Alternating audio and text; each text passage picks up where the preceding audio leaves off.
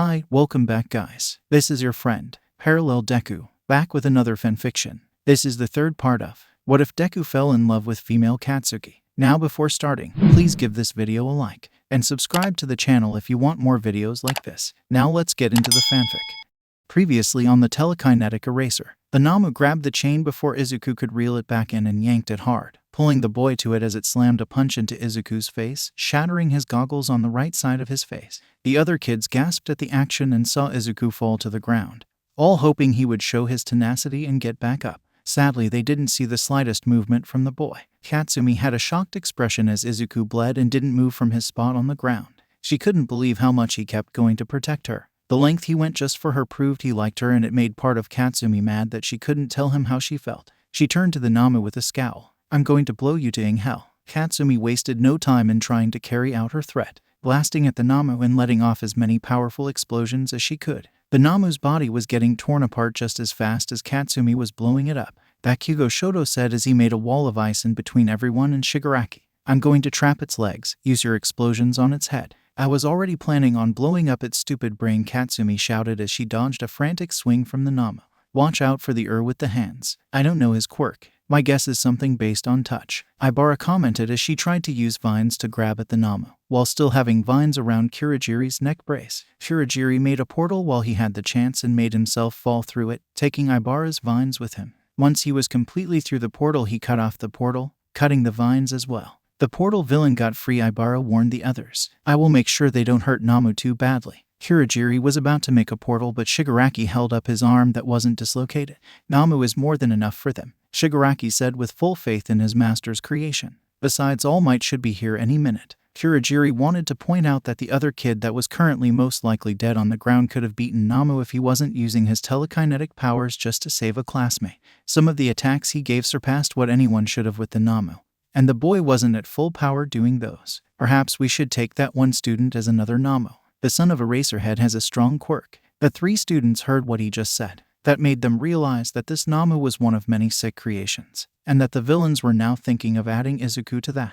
"Over my dead body," Katsumi shouted as she left the Namu and went after Kurogiri, furious that he would even suggest them stealing Izuku away. "You kids keeping thinking you can charge me blatantly," Kurogiri commented as he made a portal that Katsumi fell through and sent her out 20 meters on the opposite side of the group from Izuku's prone body. Bakugo Shoto cursed. "Don't get emotional." "Off ice," she shouted as she rushed at Kurogiri again. A wall of ice blocked her and made her glare at the heterochromatic teen. "What the?" "Calm down." Shoto made another wave of ice to block off the Namu.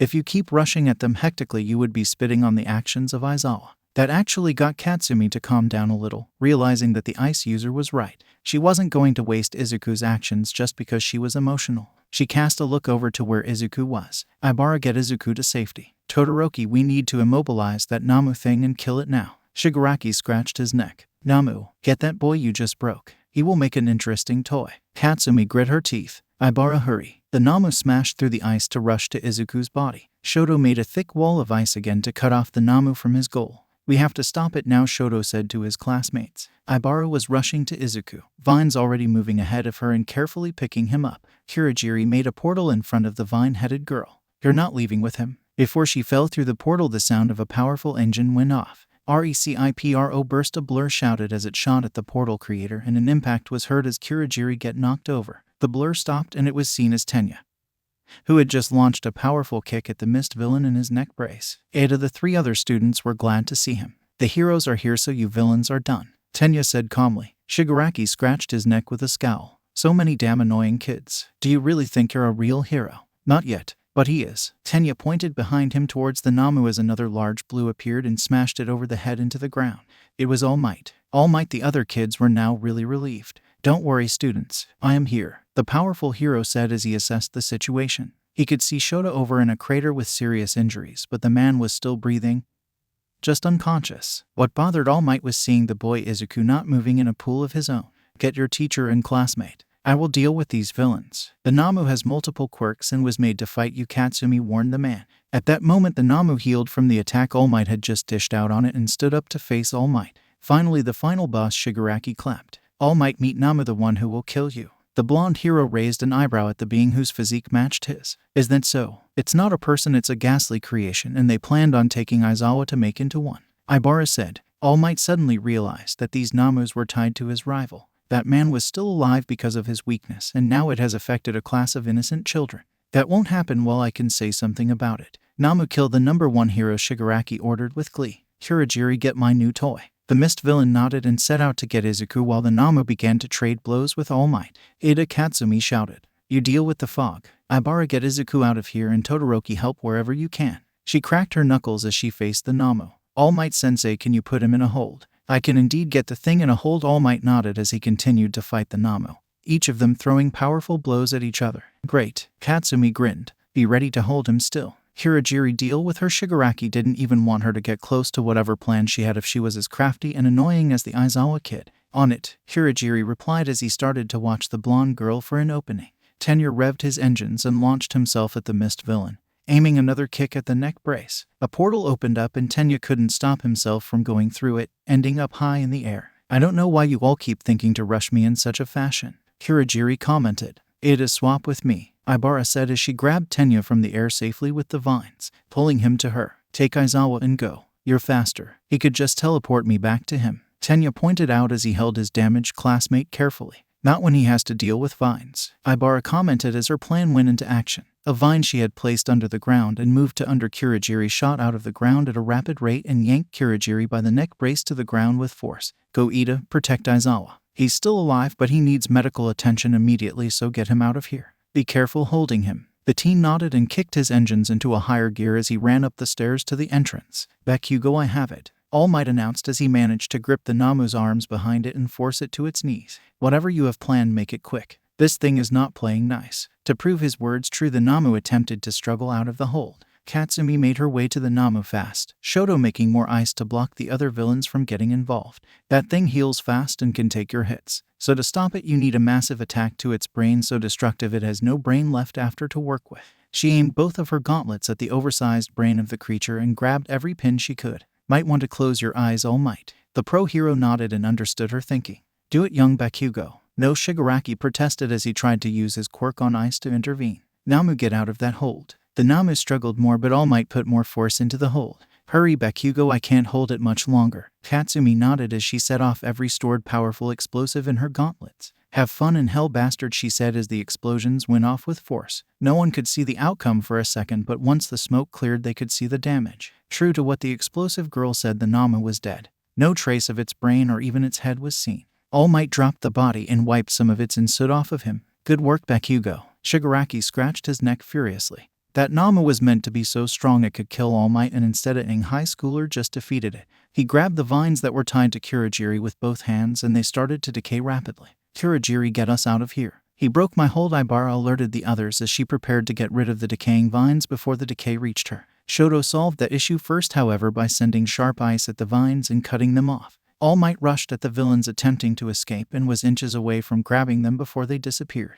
Damn it. All Might scowled as the leaders of this attack got away. Is it over? Shoto asked. Guys, Ibara called their attention as the unconscious villains in the area started to wake up, soon surrounding them. Well, this isn't a good situation, Shoto commented, letting out a cold breath as he was almost at his limit of his ice. Looks like we have our chance to kill All Might, a villain stated. He tried to take a step towards the famed hero, but a shot rang out and all of the villains fell to the ground with bullet holes in one of their knees. You aren't trying anything. A voice got everyone's attention from the entrance and they saw the pro hero snipe holding his signature firearms. With him was every single member of UA's staff, all ready to fight the villains. It would be best to surrender now, President Mike said with an angry expression, not happy when he just had to go past his gravely injured godson a moment earlier. We don't plan on being gentle. The villains all put their hands up. They had no other choice really when their leader abandoned them. They lost their escape route and had a whole group of pissed off teachers right there. It's over now, kids, All Might stated to the three near him. They all let out a breath and Katsumi immediately ran for the stairs. Shigaraki cursed as he threw a chair across the bar. Kurogiri ignored the actions of his charge and continued to wipe a cup clean. Of all things, why was it two ingrats that ruined my plans? He threw a table over onto its side. We underestimated them, Kurogiri said. Next time will be different. Before Shigaraki could respond, a screen on the wall started beeping, signaling a call. Kurogiri answered it and they both heard the voice of Shigaraki's master. The news is already reporting an attack at UA. I take it that it went well, the sinister voice spoke. All Might wasn't killed, Shigaraki said with obvious agitation. The Namu got beaten by some brats. The man on the screen was quiet for a second. That is intriguing, however this isn't a loss. I have been keeping my eye to the press and it seems that one of our cannon fodder had been killed by a kid. The press has already begun to paint this as showing of a future villain. Tell me about the ones who killed the Namu. This one girl who could create explosions from her palms. She had all might hold the Namu down while she blew up its brain entirely. Kurogiri answered. However, I believe you might like this other student master. Do you know who Eraserhead is? The pro hero who can erase quirks just by looking at them. Quite an interesting quirk. The man had once considered tracking down this Eraserhead to take his quirk but never did. He has a son, the Mist villain stated. He is in that class and his quirk is beyond normal levels of power. The villain nodded. This definitely piqued his interest. Go on, tell me everything. The uninjured or lightly hurt students of 1A were all gathered in the waiting room of the hospital. They were told they can go back to their dorms to recover, but they all stood their ground and said they wouldn't leave until they knew how the rest of their class was. Nezu allowed them to as long as a teacher stays with them, and Midnight agreed to. Katsumi was in a corner of the group not talking and had red eyes as she couldn't stop picturing Izuku when he stood his ground that final time before the Namu smashed his face. She couldn't get to Izuku earlier because he, along with Quill and Mashura, were all rushed into the ICU to make sure they would all make it as they had the worst injuries of everyone. Are they going to be okay? Mina asked quietly, being the first to speak for a few minutes. She felt guilty that she had only ran to tell a teacher instead of helping her class fight for their survival. They have to be, Hanta said. We're 1A, right? Aren't we supposed to be the best in the first years? Did you see Quill? Ijiro asked. He had a huge hole in his. Amine was sobbing when All Might got them. Whatever happened in the ruins must have sucked, Hanta said. I didn't think she could cry. What about Aizawa? Ochako asked. They had to cover him with so many bandages to stop the bleeding. Katsumi started crying harder when she heard that. We shouldn't talk about this right now, Momo said as she saw the blonde sobbing. Everyone had to give a report of what happened with them at USJ, and everyone knew how Izuku took that beating trying to protect Katsumi. It became easily clear to all of them that Katsumi was close to falling apart if good news didn't come soon. They'll all make it, Toru said, hoping to cheer everyone up. We're 1A, right? Like Zero said. We're the best. They certainly are, Ijiro said. Those guys were badass taking on the villains. A nurse walked over to the class and looked at Nimiri. The less severe cases in room 78 are able to be visited. Nimiri nodded. What about the Aizawas? She was panicking on the inside, waiting to hear how her close friend and godson were doing. The nurse looked at her board. Shota Aizawa is currently resting, but he will be fine. The only thing he has is a scar under his right eye at this point from what we can tell. What about Izuku? Katsumi asked quickly, her voice cracking and the girl not trying to hide how worried she was. The nurse shook her head. He is still in surgery. He had the worst injuries and will be in surgery for the remainder of the day. We might have to follow up tomorrow with more, but we can't tell at this moment. Katsumi started to tear up more and Nimiri pulled her into a side hug. It's okay, he will be fine. Why don't we see the others right now? The class didn't argue and they all went to room 78 and saw a few of their classmates all covered with bandages on their injuries. There was Itsuka with a cast on her leg, Kurwara with bandages over his head, Inasa with unseen bandages covering where he got shot, Azula with a cast and multiple bandages covering her wounds, and Fumikage who had a bandage over where he got stabbed. Hey guys, Inasa gave a smile from his bed. How are you guys? How are you? Ibara looked irritated. You got shot, that's more important. Inasa shook his head. I'm fine. It was a easily cured toxin and the bullet didn't hit anything too severe. Where's Quill? Azula asked, sounding scared of any answer. Nimiri handed a sheet to Katsumi. I'll let you guys be alone as a class. I'll write outside if you need me. She left the room. How is Quill? Azula repeated, gaining an edge of panic. He's in intensive care right now. Toru read the paper for Katsumi. They say he has high chances of coming out alive. It looked like a massive weight was taken off of the winged girl's shoulders. Thank you. She was glad he was likely going to make it. Takoyami, Tsuyu, and Momo both decided to voice their frustrations at that moment,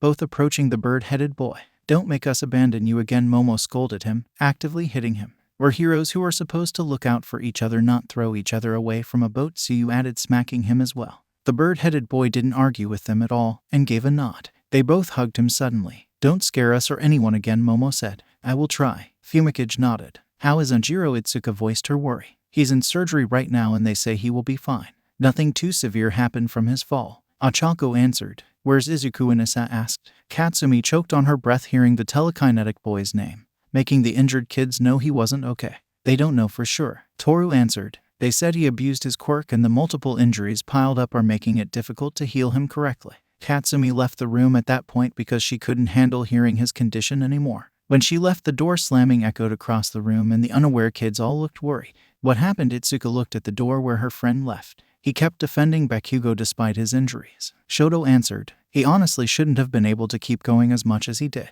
Ibara remembered Izuku's final actions. She had to admit that what he did was courageous and she knew why it was crushing Katsumi. He has tenacity. They tried to steal Aizawa because of his quirk. Tenya said, those villains are capable of making strong monsters. Shoto looked at the class. When he entered UA, he had the set goal of just getting strong with his ice despite his father, but events at USJ have shaken his belief. Someone like Izuku, who he regarded as having an equally powerful quirk, was struggling with a monster and kept going solely to defend someone else far past where he should have been able to.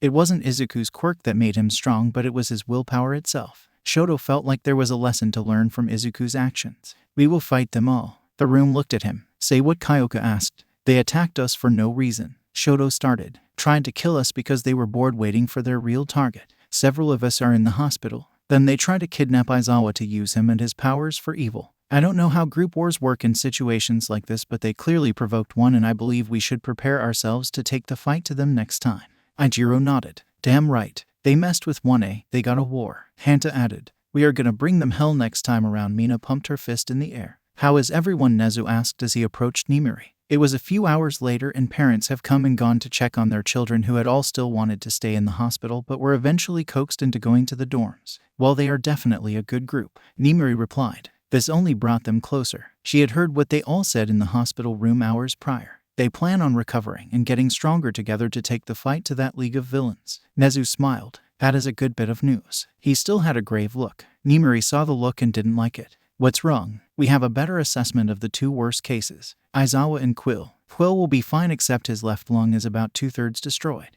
It is being repaired as best they could, but it won't be able to get to peak condition anymore. He might develop breathing issues as a result. Nezu explained. How about Izuku? Nimiri asked. Is the issue. He won't wake up. The next morning in the dorms was quiet. Everyone who was able to return to the dorms had, and they had stuck together. Katsumi had called her parents the day before and let them know she was okay. They were relieved and understood when she said she wanted to stay at the dorms. Everyone was in the commons with Marlowe walking around them confused about where his owner was. Did they say when everyone is getting released? Kyoka asked, not liking how quiet the class had become again. Some of them are supposed to be released today. Momo answered. The only ones who shouldn't be back today are Takoyami and Amane of the non-severe ones. When do they get out? Hanta asked. Let's focus on something else, Toru said as she pet the orange cat. We can't stay in the dumps all weekend. Yeah, let's distract ourselves from it. Ijiro nodded. What do you suggest? Mina asked. Guys wanna play video games? The voice of Inasa got everyone to turn to see him and Kiwaro at the door. Irashi Shihai, half of everyone said happily as they saw the two. How are you guys? Mina asked. I don't know if I have a headache from my injury or from Irashi on the way here, Kiwaro stated with a small smile. Sorry, I was excited to see everyone. Inasa replied sheepishly. You're fine, man. The negative-colored teen waved him off. I'm fine, but they said I might experience dizziness and such, especially if I use my quirk anytime soon. I was told not to do anything to stress the area around my wound. Inasa added. Is anyone else coming today? Tsuyu asked. I believe that once they are checked up on by recovery girl Amane, Kendo and Takoyami might be coming back, Kiwaro said. She did the final checkup on us. Well, why don't we do that video game idea of Yurashi's? Hanta asked. Pass some time. Nimiri showed up to the dorms to tell her pseudo-daughter the bad news, knowing someone had to tell her eventually. Hi, Midnight Sensei. Tenya greeted her. Everyone looked to the teacher. How is Izuku? Katsumi had bolted to the room once she heard that her second mom was there. Nimiri got a sad look. Katsumi, please sit down for this. Once she said that, everyone stopped what they were doing and Katsumi looked like she was about to panic. She sat down regardless, but the look of panic didn't leave her. Katsumi, Izuku is in a coma. They tried waking him up and he won't respond in any way. They're saying that because of the way he abused his telekinetic energy he might be brain dead or in a permanent coma.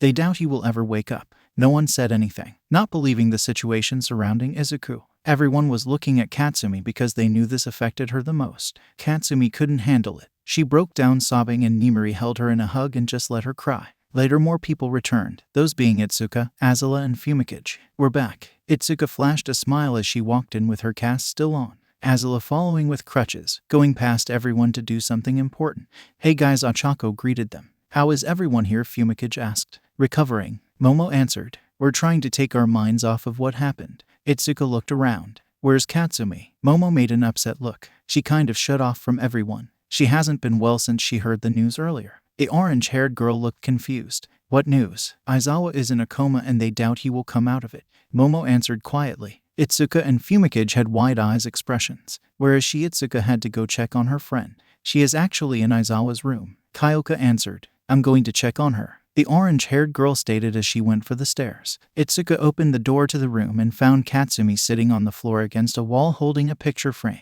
Hey Katsumi, Itsuka said as she walked over to her friend. Katsumi replied half-heartedly. Are you okay? Itsuka wasn't going to beat around the bush and she knew Katsumi would appreciate that. He's there because of me, Katsumi said so quietly that it was almost unheard. I heard what happened but I don't. I was too weak to actually do something. Katsumi was crying again. I froze and he actually acted before it was too late. Itsuka just sat next to her friend, figuring that Katsumi just needed someone to vent to at that point. He kept getting up every single time and I just stood there like an idiot. Why am I always second-guessing everything? Why can't I be more like him and actually have confidence instead of just talk? She didn't say anything for a minute. Why did he keep getting up when he knew he would get hurt again? Katsumi felt like she knew the reason, but she didn't want to accept it because he couldn't like someone so weak. Itsuka had heard from the others what happened in the plaza. She was also amazed by Izuku's actions there, but she did know why he kept getting up. He likes you. I don't even think that fits. If anything, it's at the level of love for you. Katsumi started to cry harder. She knew he did. She felt the same, but part of her couldn't just let it happen because she felt that her hesitation at USJ made her not deserve it. Why? I haven't known you guys that long, but you two just click, Itsuka said. You bring out the best in him and he loves you for that. You love him for the same thing. Why couldn't I say something before? Katsumi asked. You don't normally use that side of you and are afraid that if you show it he won't like it, Itsuka answered, which is something you shouldn't be. Aizawa has definitely shown he loves you enough that he would risk everything just so no harm could come to you. And you going off on the Nama when that mist villain shows that you love him too. They were quiet for a few more minutes before the crying girl spoke again. Do you think he will wake up? After what he did yesterday, I'm pretty sure he would fight his way out of the afterlife just to make sure you are okay, Itsuka replied with a smile. Katsumi smiled at that thought. May I ask what the picture is? Itsuka was curious what was on the picture her friend had. Katsumi held the picture at an angle the orange-haired girl could see. It was a picture of Izuku and Katsumi from a few years ago by the look of it. Both of them actually had broken and wide noses in the picture, but both looked happy in the picture. It was the third time we broke each other's noses in a spar. My mom made a joke about it being our thing and took a picture. Katsumi had a small smile at the memory. They stayed silent for a few more minutes. Azula held the picture of Quill from his past. Why of all people was it her master he was after? She had believed that her master wasn't a villain who killed. He had told her that he was just a voice of what was wrong with society and professional heroes. But this revelation shook her belief.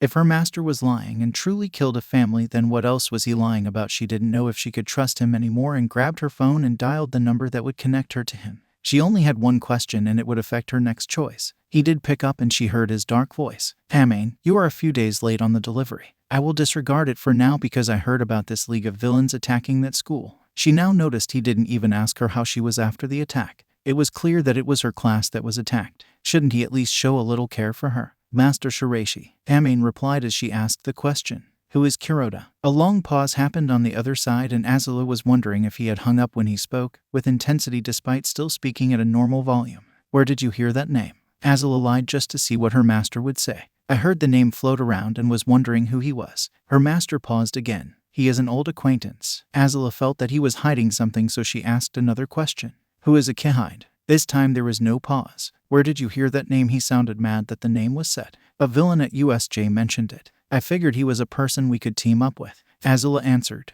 That man is a twisted villain. I do not associate with filth like him. Her master stated. That is all. I will try to deliver the envelope soon. Azula said. Hurry up. The man hung up the phone. Azula looked at the envelope and thought about what she was told. Either Quill had the wrong name of his target or her master was lying about his own past. She thought back to USJ when she learned about Akihide. How about this Akihide's brat? The man said. You can leave for now, but I keep the girl. I want you to suffer for a while before I finally kill you. The redhead started to laugh mockingly. You keep comparing me to my sensei, but yet you really think I would do something that is the opposite of what he would teach? Quill began to move closer to Azula, keeping his gaze on the villain. If that alone showed anything, Akihide wasn't a villain, especially not a twisted one. So why would her master lie? Quill wouldn't fabricate his sensei in that moment, so he was telling the truth. She couldn't trust her master anymore and grabbed the envelope with both hands and ripped it in half. If she couldn't trust him, she would have to cut off that connection. The next day was also quiet. Some of the kids had left to see their parents, but a few stayed at the school. The ones who stayed were Azula, Katsumi, Shoto, Itsuka, Ochako, Shihai, and Inasa. Why didn't you go home? Katsumi asked her now best friend for life, Itsuka. She was glad the girl stayed but still wanted to know. I got to talk with my parents yesterday, Izuku answered. I wanted to stay here and be with the class. Same here, Inasa said with Kiwaro and Ochako nodding to show that it was the same for them too. What about you, Ame? Ochako asked the girl. Normally she would be afraid of the Batwing girl, but since USJ she has been really quiet and staying with most of the class. My parents died a while ago, Azula answered. I'm sorry. Ochako looked guilty. It's okay. Azula didn't want conflict at that point. Can we ask what happened? Inasa asked. My mother died during my birth because of my mutant wings, and my father passed away in an accident a few years ago, she admitted. Azula was still confused about where her loyalties now lie, but she felt a small bond with 1A after USJ. Well, you have family with us now if that helps, Hitsuka offered, smiling when Azula nodded with her own barely visible smile. Bakugo, what about your parents? Ochako asked. They know I am fine, but they are busy consoling Mrs. Aizawa, Katsumi answered. What about you, Todoroki? Kiwaro asked. Don't your parents miss you? Shoto shook his head. As much as he didn't want to talk about his personal life, USJ has changed how he has viewed his class and his own life choices. He thought that maybe he could tell the class his problems, but he decided to ease into that situation later. I don't have the most caring father. He said what he felt was a massive understatement. Does anyone know when the three guys are supposed to be released? Kiwaro asked. I don't know about anyone else, but I'm here. The voice of their tailed classmate made everyone look at the door to see Mashirao with crutches, his legs both in casts and his right arm and tail completely covered in bandages. Anjiro, the group got happy to see him. How are you? Itsuka asked with a frown at his condition. I definitely don't want to go rock climbing, Mashirao joked. He quit when he saw the frown Itsuka made at it. I have the casts for 3 days thanks to Recovery Girl, and then I am free to walk around normally. They said it would be uncomfortable walking around on my legs at first until my muscles get used to being used again. He sat down at one of the 3 couches surrounding a table. So where is everyone else? Most of everyone is out of the hospital and at home, Inasa answered. Only Quill and Izuku are still in the hospital, Katsumi said. Mashirao got a confused look. I saw Quill. He's awake now. Azula sat up. He's what? Mashirao almost jumped seeing the winged girl react like that. Yeah, a nurse told me he was awake and asked if I wanted to speak to him. How is he? Itsuka asked. He is on a lot of pain meds, the tailed teen stated. A nurse said he has a permanent scar from a villain attack. I saw it. The thing was a scratchy-looking jagged circle on his. What about Aizawa? Did they get anything on him? Ochako asked. Mashirao shook his head. I wasn't able to see him. They were doing another surgery on him. I heard that they called in a doctor from Poland who has a quirk based around getting in people's minds to see if he could show up and see if he can find out what happened.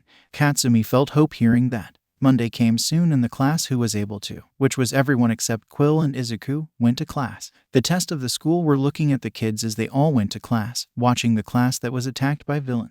These asses better stop looking before I get pissed, Katsumi said as she led the class. Right now isn't the good time to get in a fight, Itsuka said. We should just go through our classes as normal, Tenya advised as they walked into the room. Nothing is normal after you brush with death. Everyone got surprised when they heard a familiar voice and saw Quill in his seat in the classroom. The quilled teen had his school shirt and jacket unbuttoned, and everyone should see his heavily bandaged. Quill was a question half of them asked. They thought he would be gone a few more days if anything. You're back? Momo was surprised. Quill nodded. I wanted out of the hospital. I hate sitting there doing nothing. Why is everyone blocking the door? Azula, who was in the back of the group and wasn't aware of Quill's presence yet, asked. Quill's here, Toru said. What Azula said as she pushed past everyone and saw Quill. She looked at his wounds and remembered how he willingly took those. To the surprise of everyone, she wrapped her arms around Quill in a tight hug. It was a quiet few seconds before the winged girl spoke again. I'm so glad you're alive. Quill didn't object to the hug for a second before he spoke. You're kind of hurting the wounds. The winged girl immediately pulled off of him and did another surprising action to the others. She blushed. I'm sorry. It's fine. Quill shrugged it off, deciding it was best to not question the sudden change in nature. Azula, how is everyone else? How are you? Hanta asked. Dude, the ruined zone is the only one that wasn't reported because you were both in the hospital getting fixed. What happened? What's your damage? Mashiro asked as he sat down at his desk. A villain thought he could beat me in Amain and got shown how wrong he was. Quill said. We saw that part. Ijiro said. Dude, the media is trying to paint one of us as a possible future villain because a villain was killed in your area. That guy thought he could trash talk and threaten our lives. Quill said. He took out my lungs, so I took out his heart. Badass, Hanta commented. Pretty metal, Kyoka agreed. So you don't have a left lung? Toru asked. I do, but I don't have a full left lung. His quirk messed up the healing. Quill explained. It didn't help when I broke the rod he shoved in me and ripped it out to return the favor. Now I have shards of silver littered around my lung that can't be removed, but luckily they aren't sharp anymore. I basically now Quill cut himself off as he started to cough, the coughing sounding scratchy and painful. A second after he stopped coughing, he spoke again. I have shit like that to deal with now. Do you now have asthma? Hanta asked. No, but pretty much. I have this thing now. Quill held up small metal gadget, like an advanced inhaler to jumpstart my left lung if it acts up. Damn, you got it rough, Mashiro commented. I'd go through it again, Quill said. A teacher walked into the room at that point. It was Hisashi. Hey kids, while Shota is out I will be covering his classes with you guys, the pro hero said. How is Aizawa-sensei? Momo asked. He is up and well, Hisashi answered. He is on leave for a few days. Hisashi wasn't going to say, the reason being that Shota was not handling his son's condition well at all. Hisashi was shoving himself into his work to avoid dealing with his own feelings about his godson. Let's get into everything then. At lunch the class still had a few people looking at them, but they ignored it. Quill, Aela started quietly. They were both on the edge of the table, so she figured things could be more private that way. And Quill looked up from his food. Aela handed him a picture, the picture of his family to be exact. She had it upside down so no one could see the picture. This is yours. Quill was quiet for a second as he looked at the picture before putting it in his pocket. Thank you, Quill, as she was about to apologize for following him the week before, but he cut her off. Even though I should be upset, I'm not. Quill replied just as quiet so their conversation can stay private. It felt nice to finally speak about it for the first time in years. The redhead admitted. You're off the hook though. What? Aela was caught off guard. The request I made when I thought I was done for, Quill explained. I'm still kicking, so you're off the hook. No, Aela said a bit loudly and got others to look at them. You are not going to ugh. She didn't like that her reaction was to get pissed at the redhead. I owe you, so no matter what I am helping you. Quill had a flat expression before he gave a small grin. I guess I can't stop you. Aela nodded, even though she knew in the back her mind she was beginning to walk a very dangerous thin line between Quill and her technically ex-master now. It was now the end of classes. Present Mike had one final announcement. Due to events at USJ, Nezu is allowing you guys to not participate in the sports festival 2 weeks from now. Hisashi stated. It is still up and going because Nezu wants to show that villains can't stop good people from moving past events. Well, if he wants to show that, I am going to prove that point, Quill said. A hole in my lung won't stop me, right? Inasa shouted. The sports festival can show that 1A doesn't take hits and lie down. Yay, we get back up and keep swinging, Mashiro added. Damn straight, Ijiro got pumped. Hisashi smiled at the kids' words. He liked how instead of groveling or trying to just sit there and heal from their injuries, they still wanted to keep going. If they were the future generation of heroes, then the world was in good hands. You kids have a good afternoon, he said as he left. You can't be serious about competing, Quill, Ochako said. You're one of the most injured. I'm proving a point to myself, Quill stated. He also planned on hoping that Bastard saw him when the event was televised so he would know Quill was out there still and come to Quill so he can give justice to his family. It's like Wind Boy's passion. My drive has to be strong for my goal. But you're injured. That's like if Ajiro competed also, Itsuka said. I plan on competing in the sports festival, Mashiro stated. What? Itsuka had a concerned and annoyed look. Ajiro, no. Kendo, it is their choice, Kyoka pointed out. It will show any heroes who are looking at the sports festival for an intern that we have strength. Fumikage nodded. Let's get to the dorms and get a plan going, Toru said as the class went to the door. Opening it, there was a crowd outside of the room. Move out of our way, please, Ochako asked. Why are you even blocking our room? Hanta asked. The sports festival, Quill stated. They want to see the real competition. Because we have actual experience now, Mashiro said. No matter what, now anyone watching the sports festival will be watching us more just because of USJ. Katsumi really didn't care about these people and just wanted them out of the way. At the sports festival, they also reevaluate the students, a lilac-haired guy said. He had a tired expression as he spoke. If someone from general studies does well enough to prove they deserve a spot in the hero course, taking a spot from someone else, that got 1A's attention. Isn't there still a guy in the hospital? That looks like an easy spot to take. Everyone got pissed when he implied taking Izuku's spot in the hero course. Of course, Katsumi got beyond pissed and actually tried to punch the guy in the face. But Tenya and Itsuka got in between the two and held Katsumi back. You don't even compare to him, Katsumi spat to the boy, who only looked minimally worried by the action. We'll see, the boy said as he walked through the crowd. I'm fine, let me go, Katsumi said to her classmates. So we are definitely going to kick his ass at the sports festival? Quill asked. I am, Katsumi stated as she left. Shota normally was a man who held his calm, no one seeing anything much past his neutral and tired expression. However, now all he had was an expression where you can tell he was being crushed by stress and panic. He was sitting outside of the hospital room where his son was in surgery and couldn't relax even in the slightest. Inko had fallen asleep next to him, but Shota couldn't sleep.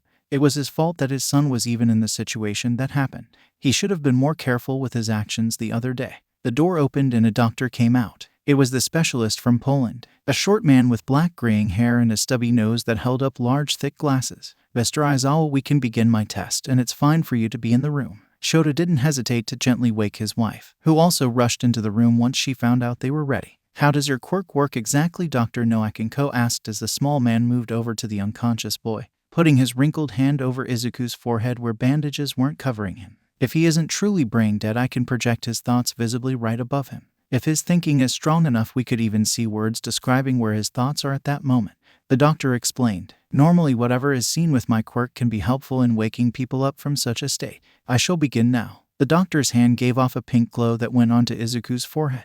More pink light appeared above his hand, and the doctor gave a smile. The fact that it is above my hand means his mind is healthy. The pink energy suddenly became light green just like Izuku's, and the doctor looked confused. It has only changed color once before, the doctor stated. What does that mean? Shota asked. The other person changed it from link to almost white. I believe it means that mentally they are strong. The fact that he did this so suddenly means he isn't just healthy, but possibly the strongest person mentally I have ever seen. The green got bigger and everyone saw Izuku's thoughts. It wasn't in words like the doctor said, but actually they saw USJ, but through Izuku's eyes. They saw him get beat down again and again but keep getting up and fighting the Namu away from Katsumi. The final thing they saw was when the Namu hit Izuku's face, but Izuku had his eyes on Katsumi still before everything went black in the memory replay.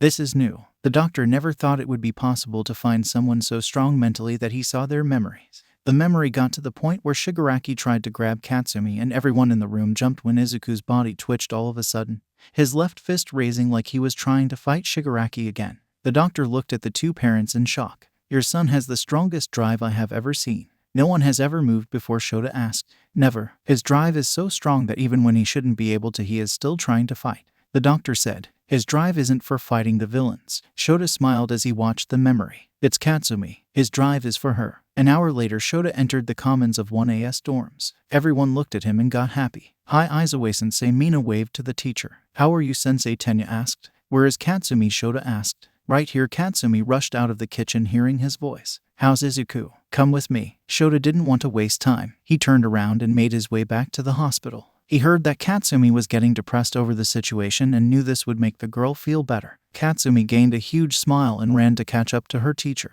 Should we go too? Inasa asked. Let them have space, Itsuka suggested. And a lot of the class agreed quickly. Give them 5 minutes, Hanta suggested, and everyone changed their mind to agree to that. Soon Shota returned with Katsumi to the hospital room with Izuku. Katsumi lost her smile when she saw Izuku with medical equipment around him and that he was still not awake. He's not awake, she asked with disappointment. Katsumi let this man explain. Shota indicated to Dr. Noak. Hello, miss. I am Dr. Eli Noak. I have a special quirk I call mind projection where I can show the thoughts of people above them with a touch, the doctor said, and Katsumi gained her hopeful look again. Only people whose minds are still working have this effect, of course. He put his hand on Izuku's forehead again. The link glow appeared that quickly turned green. The man took his hand off after a few seconds. He is mentally strong, and it is a belief of mine that if he has a mind this strong he will wake up. It's only a matter of when. The blonde girl's small smile had grown into a full-blown grin while he talked. Is there any way with your quirk to help him wake up? Normally I would say yes, but Aizawa's mind is different from any I have seen, so I don't know for sure if it'll work, the doctor said. What is it? Katsumi practically shouted with enthusiasm, eager to get Izuku awake. The doctor wasn't even thrown off in the slightest by the girl. Sometimes people are still a little aware of their surroundings while in a coma. Stimuli from what they are thinking about in their coma could wake them. What is he thinking about? Katsumi asked. It's you, Katsumi, Inko answered while the doctor put his hand back on Izuku's head to show them again. It's me. Katsumi's face turned red. She looked at the memory playing above Izuku and saw that the boy was reliving the attack at USJ. Wait, how do I give him stimuli? You could say something to him, the doctor offered. It might let him know you are okay, because I believe that his case is only as severe because his mind had a snag after what happened at USJ and he is repeating the memory thinking he still isn't done trying to protect you. We can give you the room if need be. I'd like that. The explosive girl nodded and the adults left the room. She walked up to Izuku and took a seat on his right side, where she noticed how heavily bandaged his arm and his face were on that side. Hey Izuku, she felt awkward speaking to him while he was unconscious. I really don't know what to say. Part of me wants to punch your arm like I always do and call you an idiot, but that feels wrong. I guess I can't call you lazy ass anymore, since you had to be reckless and keep getting back up.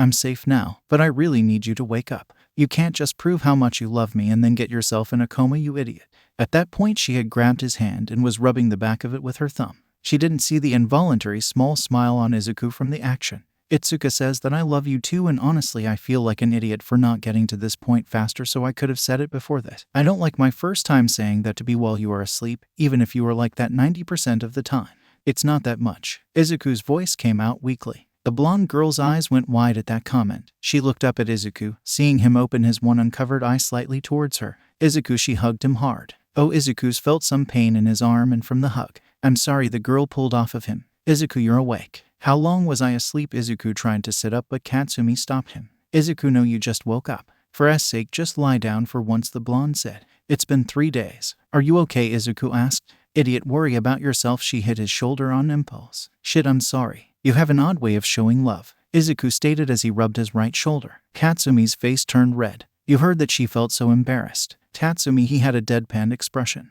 "I replied to you speaking." She turned red when he pointed that out. "It's nice to know we are on the same page emotionally now, though." "What?" Katsumi asked. "I love you, stupid." Izuku looked into her crimson eyes with his one emerald eye. "You can't just wake up from almost dying and start professing your love to someone like that. You were saying that to me while you thought I was in a coma. I was trying to get you to wake up. Well, I am awake, and it doesn't change the fact that you confessed your love for me while I was in a coma. You woke up, so it doesn't count. You thought I was asleep when you said it, so it does count. Shut up. You're annoying. You're annoying. I didn't ask you to get yourself into a coma fighting for me. I would do it again if I have to. I did that because I love you. I love you too." At that point the two stopped arguing and began to. "Man, I can't wait to see Aizawa," Hanta said as the class walked down the hospital hallway.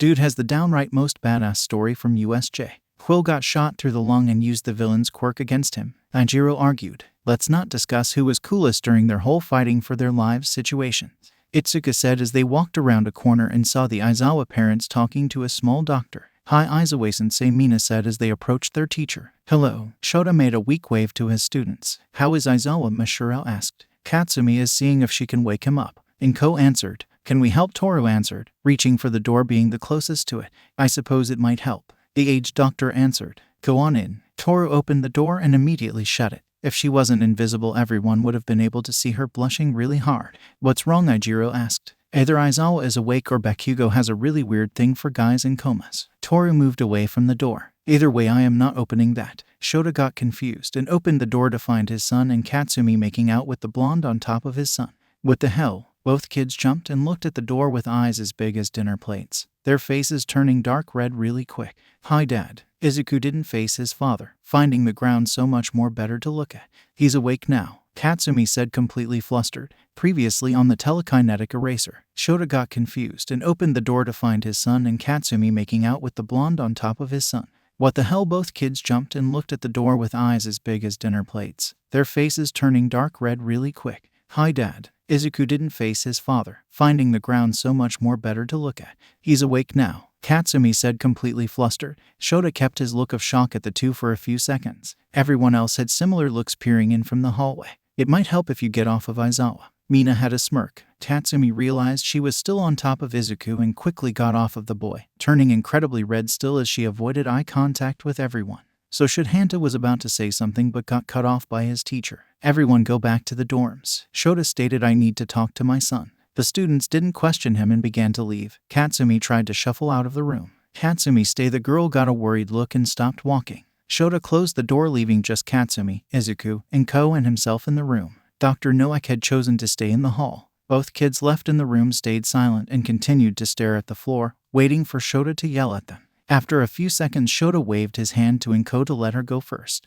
The woman clapped her hands together and had a huge grin. It finally happened. How both kids looked up at the same time, confused at Izuku's mother. "While we should be more upset that you woke Izuku up and instead of letting anyone know he was awake, you decided to do that. It is uplifting that he is awake and healthy enough to do that," Shota explained. "So are we in trouble?" Izuku asked without looking up at his father. "No, just don't wake up from a coma and immediately do that again before letting anyone know you are awake," Shota answered. "You made the class leave and we thought that meant trouble for us," Katsumi said quietly. "You two were making out in a hospital bed right after Izuku woke up from a coma," the tired man said bluntly, making the two kids get redder. "Those kids would have made it more dramatic. So why did you make me stay?" Katsumi thought he would lecture them. I'm establishing ground rules. The man said, I am not banning you two from this, but you will not let any problems affect your training. You will be responsible about this and absolutely no underage actions. The two kids got even more red if that was even possible. But if you do, use protection. Inko added, and the kids did find out they could get redder. Moving past the awkward part, Izuku, we do need to tell you about your injuries. His father said as he looked at the bandages covering the right side of his son's face.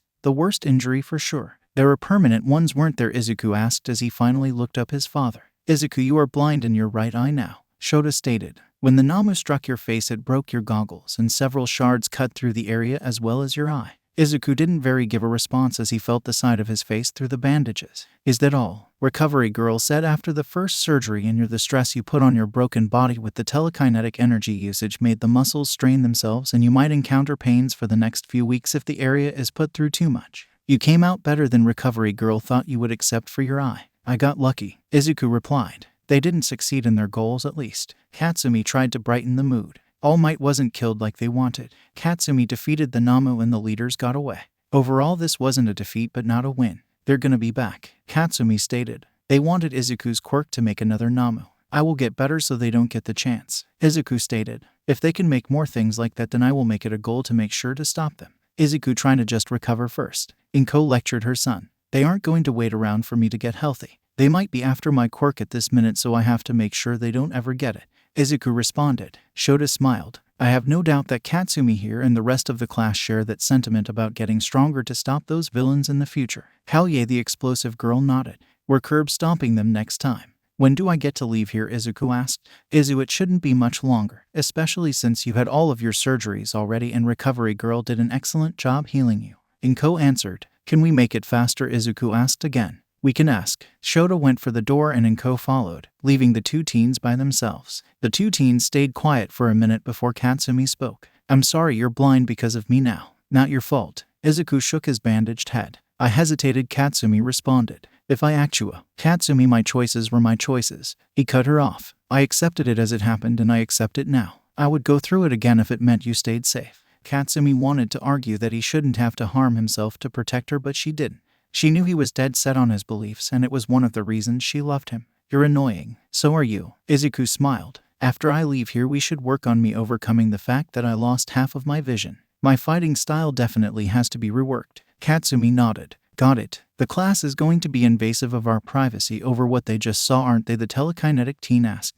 Oh god, they are, aren't they? It dawned on Katsumi that the whole class just saw her on top of Izuku. They are going to be so invasive. Want to enjoy it more before they start being annoying? Izuku asked. Well duh. Katsumi gave a grin. Not even 4 seconds later, a crash was heard as two adults had rushed into the room. Where's my godson? Nimari had gotten a text that Izuku was awake from Inko and had dropped everything, as well as his ashi, to go see him. Izuku couldn't help but groan at being aware of how loud it had just become. Zuzu Nimari hugged him hard, making sure to avoid his bad arm, and sighed. Too loud, the telekinetic teen stated. Don't care, Nimari said as she hugged him. You made my hair turn gray, so I am going to be loud for a minute. You had us all worried for a second, Lil Zawa. Hizashi patted his godson's shoulders. You did good though, showed those villains what makes the Aizawas tough people. And you, Nimari grabbed Katsumi, who wasn't prepared for the pull, and out her in the hug also. It's about time you two got together. Both teens turned red. How did Nimari already know? I practically lost it when Inko told me the news about what you two were doing. Now they knew it was Inko who told Nimari. You go girl, I can give you both tips anytime you need them. I'm putting myself back in a coma. Izuku attempted to get away from his godmother. No, you're not. Katsumi whacked him over the head on his uninjured side. A little bit later, All Might approached Shota. I heard the good news regarding young Aizawa. All Might gave Shota a grin. It is good news that all of the kids are okay. Don't be so reckless next time, Shota said, getting a grudge that was growing over how late All Might was to USJ off of his. You took a job here at UA, so your time should have been spent here. If you were actually here on time, then the kids wouldn't have had such serious injuries in some cases. The villains were all after you. If you are the #1 hero, you should be responsible like the title implies. All Might didn't argue with Shota, knowing some of the anger was caused by the situation surrounding his son. I plan on being more responsible. In fact, I believe that USJ showed me who should inherit One for All. At this point, Shota gave the muscular man a look, wondering who he had in mind. Since you are his father and aware of One for All, would you give me your blessing to ask Aizawa to be my successor? Shota had a blank face when he answered. No, the number one hero blinked in surprise. No, there is no blessing to give, Shota stated. Izuku has shown that he is mature and strong-willed enough that he has earned the right to not need higher permission from me on something like this. The offer is for him entirely, so ask him, not me. All Might nodded. You hold your son in high regard. So do you apparently, Shota sighed, wondering how the pro hero will reply to Izuku's response to the offer, already knowing exactly what his son would say. Izuku was allowed to leave the hospital, but on crutches to let his leg heal better over the next few days. Katsumi had not left his side, always staying on his right side subconsciously. So what are we exactly? Izuku asked as they walked down the path through UA's campus to the dorms. The two of them hadn't established exactly what they were at that point. They had already ed more than a few times, as well as the fact of saying they both loved the other. Does this count as dating now? Katsumi asked. It's not technically dating until we have gone on a date, Izuku pointed out. Well, no matter what, you're my boyfriend now. The blonde had a smile saying that. So take me out for a date sometime. I already have a few planned, Izuku replied. A few. The explosive teen gave the cycloptic teen a raised eyebrow. This fast? I've been thinking about it for a bit, Izuku admitted. So I am in for a treat. Katsumi nodded. I can't let you put more into this than me. This is an equal relationship, so I am gonna pull my own weight. Don't say I don't have to or I will fight you. Izuku smiled at what she said. Hello, young Aizawa. Young Bakugo All Might got their attention as he approached them. I see you are up and about now. I'm okay thanks to Recovery Girl, the telekinetic teen replied. She is an amazing doctor. All Might nodded.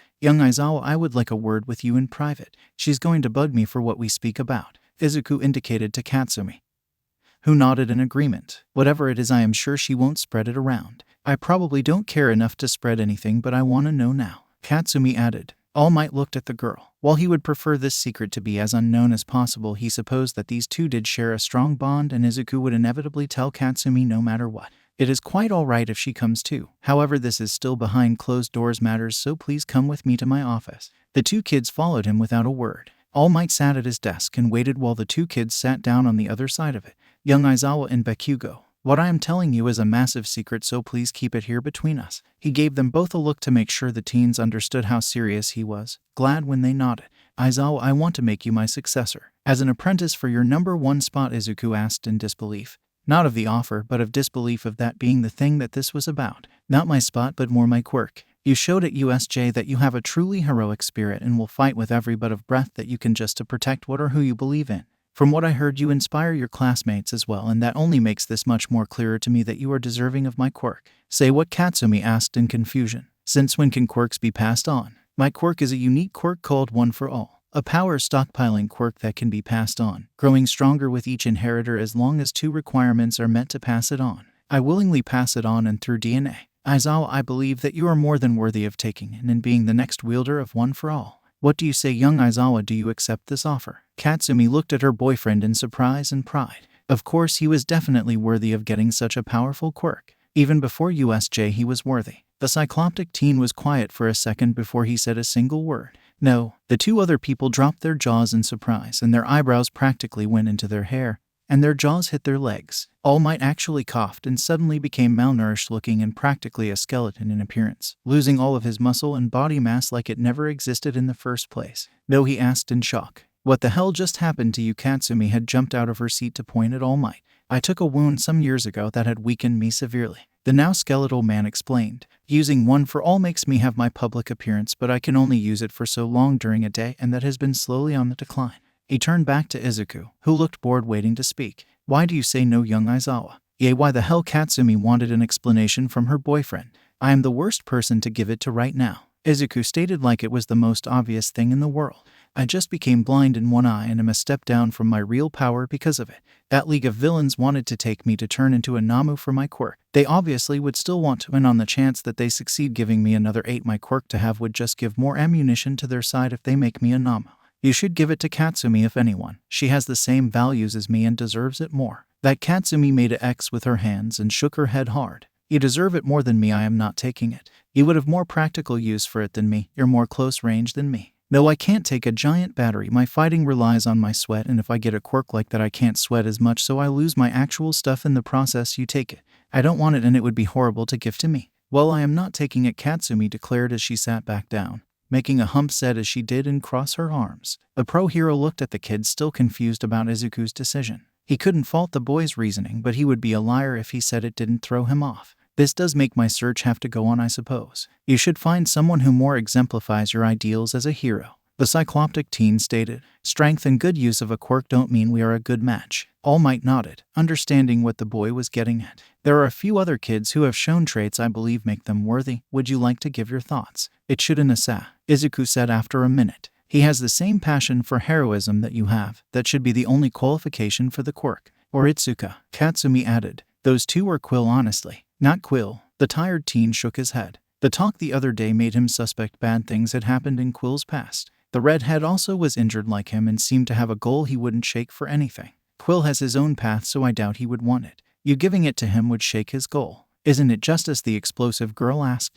Seems similar. Yes, but the person should have a similar personality and energy to All Might. Izuku pointed out. Quill doesn't leave a good first impression. He remembered when he first met Quill and honestly thought the guy was just an aggressive who liked to fight. So Yurashi or Itsuka? Katsumi repeated. She turned to the malnourished-looking man on the other side of the desk. Those are your two. Either one has good qualifications for that successor role. Can I go now? Izuku asked. I have drama to deal with before I take a nap. Katsumi made an annoyed look at the emerald-eyed boy next to her. You just woke up from a coma, you don't need a damned nap. All Might blinked as he watched the two. They were definitely interesting to watch and did help him by bounds to find the next person to inherit One for All. I thank you both. I will definitely look into young Yurashi and young Kendo as the 9th holder of One for All. I once again request you keep this in between us, but once the person is chosen I will let them know of the words you both put in and request that you help them learn how to harness the power of the quirk. It is powerful and hard to control at first. Okay. Both teens nodded as they got up to leave. All Might smiled as they left. If he was being candid, Izuku was his first choice and Katsumi was a second choice for One for All. It was odd that they both rejected the quirk, but he couldn't consciously force either of them to have it. You just turned down the probably most powerful quirk just to afterwards want a nap, Katsumi said flatly to the boy next to her. I'm tired, the teen responded as he walked on his crutches. You were asleep for 3 days straight. The blonde frowned. Yes, but I was under stress that whole time. Katsumi's frown got worse, because she remembered that the whole time he was in a coma he was reliving USJ. He must have been causing himself so much stress worrying about her, even though she was fine the entire time since USJ. How is everyone else? Izuku asked as they got inside of the dorms. Well, they weren't in a coma. Quill has a weak left lung and that is the only substantial injury beside you. Everyone else is okay but just needs a day or two to get better. They're going to overreact to me being half blind now, aren't they? Izuku didn't want things to be loud. You have been taking being blind pretty well. It's better than what could have been. My arm shattering with that punch made me think it might be permanently broken. The telekinetic teen recalled how painful that clash with the Namu was. Katsumi bit her lip and looked at Izuku, who couldn't see because she was on his blind side. She hated remembering how much pain he was in at USJ. She made a silent vow to make sure that next time she would make sure he wasn't in harm's way. Why don't we just leave the commons at separate times and then meet up after so they don't immediately assume we are picking up where we left off? Izuku asked. Even though that's what you want to do, Katsumi asked. I don't need to answer that. They opened the door to the dorms and it was quiet for all of a second before they got swarmed by a majority of the class. Izuku, are you okay? Inasa asked the bandaged teen. Most of everyone said things like this, but the only other voice to be heard clearly in the ruckus was Mina. Did you enjoy each other's mouths? The pink girl asked with a devilish smirk. It got quiet for a solid few seconds before Tenya spoke, being the first to react. Ashido, that is an inappropriate question to ask, the engine user stated. I was curious. Mina shrugged while grinning. What's your damage? Quill spoke up from a table where cards were set up. Izuku moved last everyone to get closer to Quill and the stairs. I'm blind in my right eye. You're what? Hanta asked loudly. I'm blind in my right eye, Izuku repeated as he went for the stairs. I'm taking a nap. No, Katsumi grabbed him by the back of his shirt. You just woke up a few hours. How are you already tired? Maybe he used all of his energy to make out with you. Mina had her smug grin still. Shut up, Pinky, Katsumi shouted while turning red. Old enough to jump his bones once he wakes up but too embarrassed to take a little teasing, Mina asked.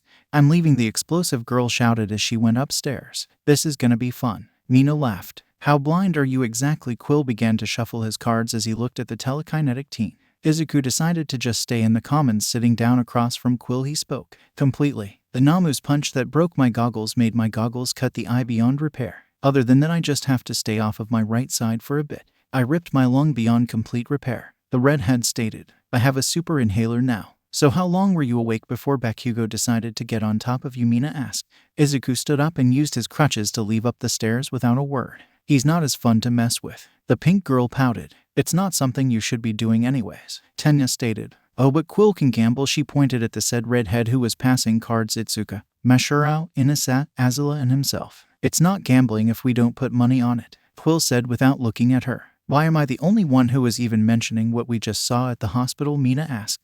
Well, it was kind of expected that those two would do something eventually. Hanta shrugged. I mean, what would you do if you were in Bakugo's place at USJ and Aizawa did that for you? Jump him the first chance I get, Mina answered. Okay, it was kind of expected, but still. Maybe we all just don't care as much, Mashiro said. I for one support them because he clearly likes her and she definitely needs her spirits lifted after the last few days. As long as they don't do the four-legged dance on these couches, I am fine with it too. Hanta tossed his above him while he laid on a couch with his feet over the side. The next morning everyone came down to the commons for breakfast, and this time it was Tsuyu who had made food, but for everyone. So how have classes been changed? Izuku asked as everyone ate their pancakes. We had present mic covering our classes because Aizawa-sensei wasn't in, Tenya answered. The sports festival is taking place the Monday after next still, Momo said. And we now have a war with the general studies classes because they see it as since some of us are injured they can take our spots because of the reevaluations done at that time. Ijiro added. I'm kicking that insomniac-s throat in, Katsumi stated, who Izuku thought she meant him for a second since he always tries to sleep. This one guy with purple hair who looks as tired as you do, Itsuka explained. He mentioned taking your spot since you were still in the hospital. None of them are taking our spots though, Aizawa stated. It was still a bit surprising to everyone that since USJ she had been becoming more and more open and taking part in the conversation. We are 1A and they can't break that. Hell yeah, we're 1A, Hanta nodded with a grin. We are going to kick some ass at the sports festival. Most of the class nodded in agreement.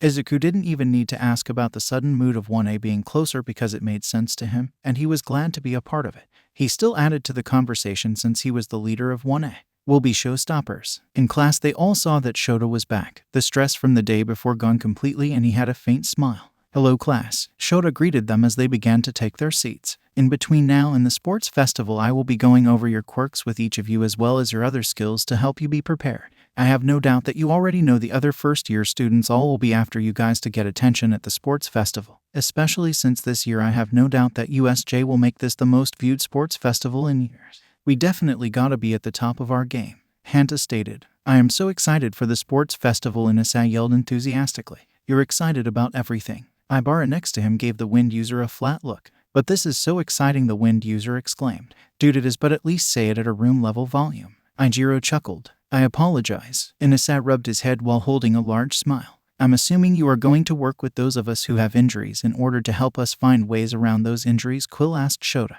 The tired-looking teacher nodded. Yes, I will. I also did look at the police reports of what happened in the zones at USJ, and I, along with the new assistant teacher of this class, will be using that as guidelines for some of you. Wait, we now get an assistant teacher, Momo asked. Who? Ochako asked. Hello kids. Their questions were answered as none other than number 13 entered the room. She had on a way thinner astronaut suit than before, and bandages were visible up her back, as well as casts. The rescue hero was in a wheelchair. Number 13, Ochako gasped at seeing her idol. You're our new teacher, Toriel asked. I am. The black hole user nodded. USJ is being rebuilt and I can't sit at the hospital when I got the urge to do something. You kids left an impression on me, so I offered to help you all after what happened so I can make up for this all happening at my building. Try not to overwhelm her, Shota said to the class, but was looking mostly at Ochako, knowing the girl was a huge fan of the rescue hero. She will be helping half of you while I focus on the other 10. The groups will have similar assignments and things to work on. Quill raised his hand to speak and was about to when he had a bad coughing fit. Once he was good, he spoke. Will we have some sort of test before the sports festival to see the improvement?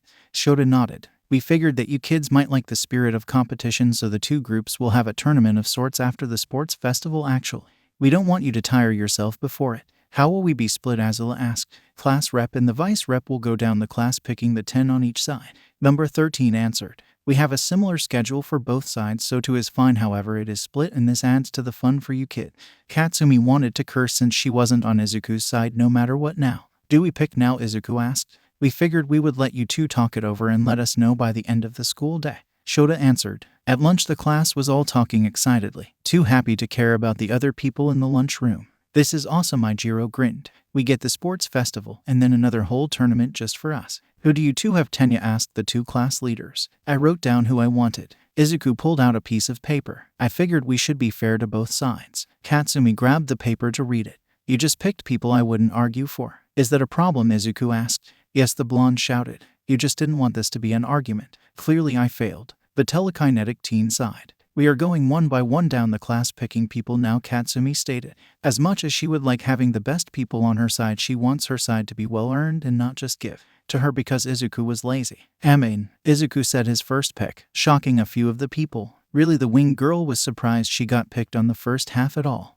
You and Katsumi together is not something I want to deal with. The cycloptic teen stated. Fine, then I am taking Quill from you, Katsumi stated. Neat. The redhead replied as he ate. Yaoyorozu. Izuku said his next pick. Bird Brain. Katsumi said her next pick. Inasa. Icy Pop. Shizaki. Itsuka. Meshurao. Su. Ashido. Elbows. Kirishima. Headphones. Ida. Kirby. Kiwaro. Invisible Girl. Should I be offended more by her not knowing my name or being picked last? Toru asked. Your name is Hagakure. You gotta earn your real name. Katsumi said. These are interesting teams. Tenya said. That was also really fast for starting over. Kyoka added. Both Izuku and Katsumi's phones went off at that point at the same time. They both looked and saw a text from an unknown number, but it was the same for them both. Aizawa and Bakugo, will you please bring Yurashi and Kendo to my office after classes? Izuku looked up at the blonde. Did you? Yep. She nodded. He might just ask them both and let them decide. What's going on? Mina asked. Nothing, Pinky. The explosive blonde responded. Just because we are now in two teams in the class, we shouldn't let it become a rivalry. Momo said. Not with my boy on the other team. Hanta shook his head. Aw shucks, I'm your boy. Ajiro grinned. Hell yeah man, the tape user nodded. I am honored. The hardening user grinned more. This is definitely not a rivalry. Mina said. No competitiveness. Toru nodded. But we should all respect each other and when the time comes give it our all. Inasa shouted. You should start ending everything you say with a can I get a hell yeah. Hanta laughed. I will try it. Inasa grinned. Can I get a hell yeah? Hell yeah, Ajiro. Hanta and Mina all said while laughing. I love it. Toru laughed. You guys all share a brain cell. Quill said, even though he found it funny as well. At the end of classes, Izuku handed his father the paper with the teams. Your team will be with me, Izuku. Shota stated. That way I can help you deal with your blind eye. The teen nodded to his father. Okay. Hey, wind boy. Katsumi grabbed Itsuka while getting Inasa's attention. Come with me. Okay. The large teen nodded and followed. Before Izuku could follow them out of the class, Shota stopped him, waiting to speak until the others left.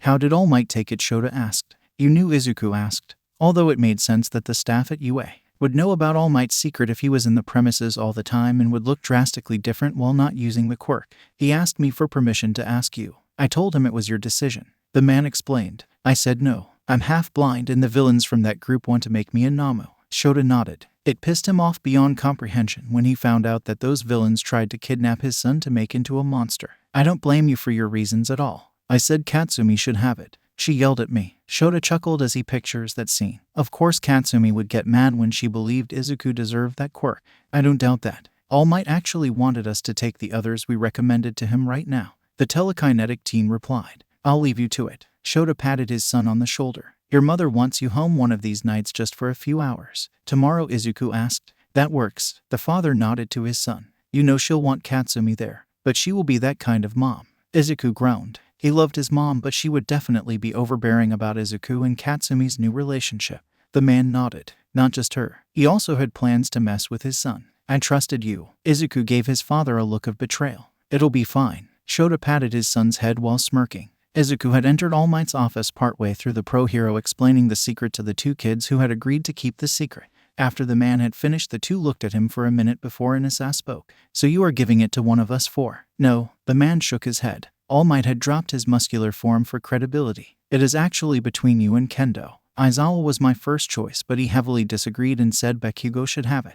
And I said he should have it. Katsumi added, which made us both not take it. Izuku stated, we both said that you two were deserving of it. I am honored, but I don't think I can live up to it. Inasa said, I don't deserve it. Itsuka said. All Might blinked. Not expecting 4 kids in total now to not accept the quirk. This was a new experience for the man. So you both decline. I'm worried I will fall short of expectations, Inasa said with a serious tone, which was foreign to the others used to him sounding always excited. Ajiro deserves this more than me, Itsuka stated. Young Ajiro All Might raised an eyebrow. He deserves it more than me, Itsuka repeated herself. Take me out of the running and give my spot to him. No, Inasa frowned. Kendo, you definitely deserve one for all. Take me out for Mashurao. All Might sighed. Couldn't one kid just take it? I shall think on it for a few days. Tell no one and I will let you kids know when I make my decision. The 4 kids were dismissed from the office. Hirashi, why would you do that? Both girls yelled at him at the same time. The wind user looked startled by their outbursts. I'm sorry, but I don't believe I have what it takes to live up to All Might. Izuku out his bandaged hand on Inasa's shoulder, which was above Izuku's own head since the telekinetic teen was a lot shorter than the wind user. Inasa, you have passion just for having passion. That is what All Might became a hero for, so people can pursue their passion. I understand you don't think you are cut out for it, but that is okay. You are still a passionate hero, so either way you will do great. Inasa smiled. Thanks, Izuku. Anjiro Katsumi gave Itsuka a raised eyebrow. What's up with your saying he should get it over you? Itsuka shook her head. He has more heroism than me. That doesn't mean you don't have heroism, Katsumi replied. Quill stepped off of the treadmill breathing heavily. He sat down and pulled out the metal pipe was supposed to use to fix his breathing and out it to use. He was trying to see how much of his stamina was drained from the lung injury. Quill Aizawa got his attention. Hey, the redhead waved in her direction. She didn't speak for a second while Quill used his pipe. An electric hum could be heard. Quill, I need to know how to fight. She needed to get as strong as possible because she knew eventually her master will find out about her departure from his side, and if she knew any little information she did on him, it was that he definitely has a lot of wrath.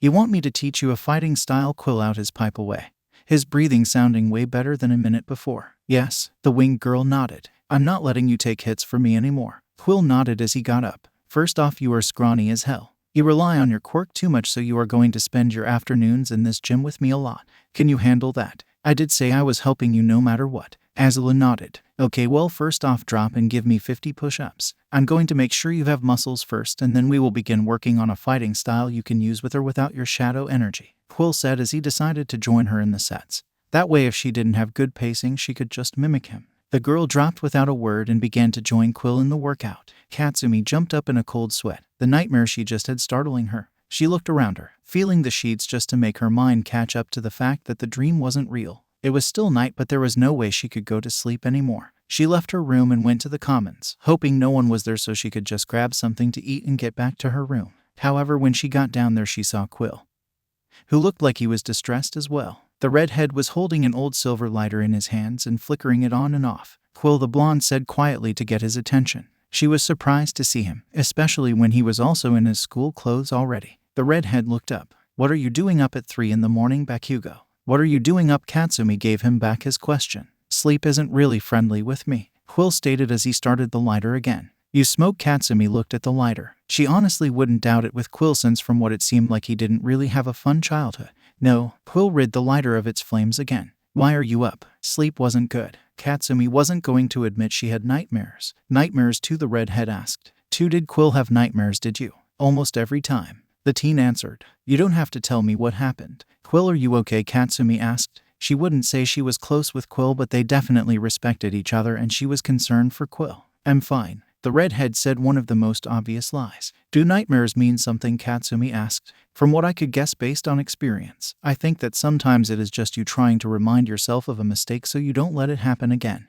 Quill answered. Katsumi looked at the table in between them. Her nightmares were telling her to not be weak anymore then, by haunting her with a dead Izuku. She couldn't let that happen, at anything close to it like USJ again ever. She pulled out her phone to text a certain number before speaking to Quill. Thank you, Quill. She got up to leave the commons. She had something to do. Anytime, Quill replied as he continued to look at the lighter, still haunted by seeing his sister's death in his sleep for the countless nights since it had happened. All Might had been woken up by a text. Normally he would read them and respond before going back to sleep, but one of his students asking to see him at 4 in the morning was something he couldn't ignore. He had quickly made his way to UA from his apartment and met the girl outside of the main building. Young Bakugo, what is the matter? All Might asked as he got close to Katsumi, noticing how distressed she was and that she was still in her sleeping garb. I know it is extremely selfish, but can I get one for all? Katsumi asked hesitantly. All Might dropped his muscular form. Bakugo, what makes you think you are being selfish? I could care less about your successor being the person who takes that smile of yours and being the next symbol of peace, Katsumi admitted. I just want to protect Izuku. The pro hero frowned. Bakugo, it is not selfish to wish to protect someone else, but it's one for all, Katsumi shouted. Thankfully she got quiet after that. That should meant for someone who wants to protect everyone, it's extremely selfish to want it for just one person. All Might out his hand on the girl's shoulder. Bakugo, you are not being selfish, but I don't think it is selfish to want to protect just one person. However, you and I both know Aizawa, and you know he will say something about how you can protect others at the same time. When I thought to offer him the power, I took into consideration how much he pushed himself to protect you. Even if 90% of the time he is focused on you, I knew he could put just as much effort into others. He thought you deserved this more than him. If he was here, he wouldn't think you were selfish. I didn't want this until I was afraid I wasn't strong enough to protect him. Katsumi argued. Bakugo, you are definitely strong. You managed to lead some of your classmates in a stressful situation at USJ and found a way to put down that Namu permanently. Arguing with you is like Izuku. The girl gained a crossed look. Why did people always have to bring up good points to counter hers? Bakugo, I will pass on one for all to you and have you as an apprentice. But first I want you to understand that it is not selfish to want to protect someone you hold as dear to you as Aizawa. The man stated. He didn't believe she was being selfish. She was just afraid of losing someone she cared deeply for. The girl nodded slowly. Okay, we can talk about this more later. It is night still and you should get some sleep, Bakugo. All Might patted her head before he walked into UA's main building. The blonde girl kept her eyes on the pavement as she walked back to the dorms. She still felt like it was extremely selfish that she wanted one for all just to protect Izuku.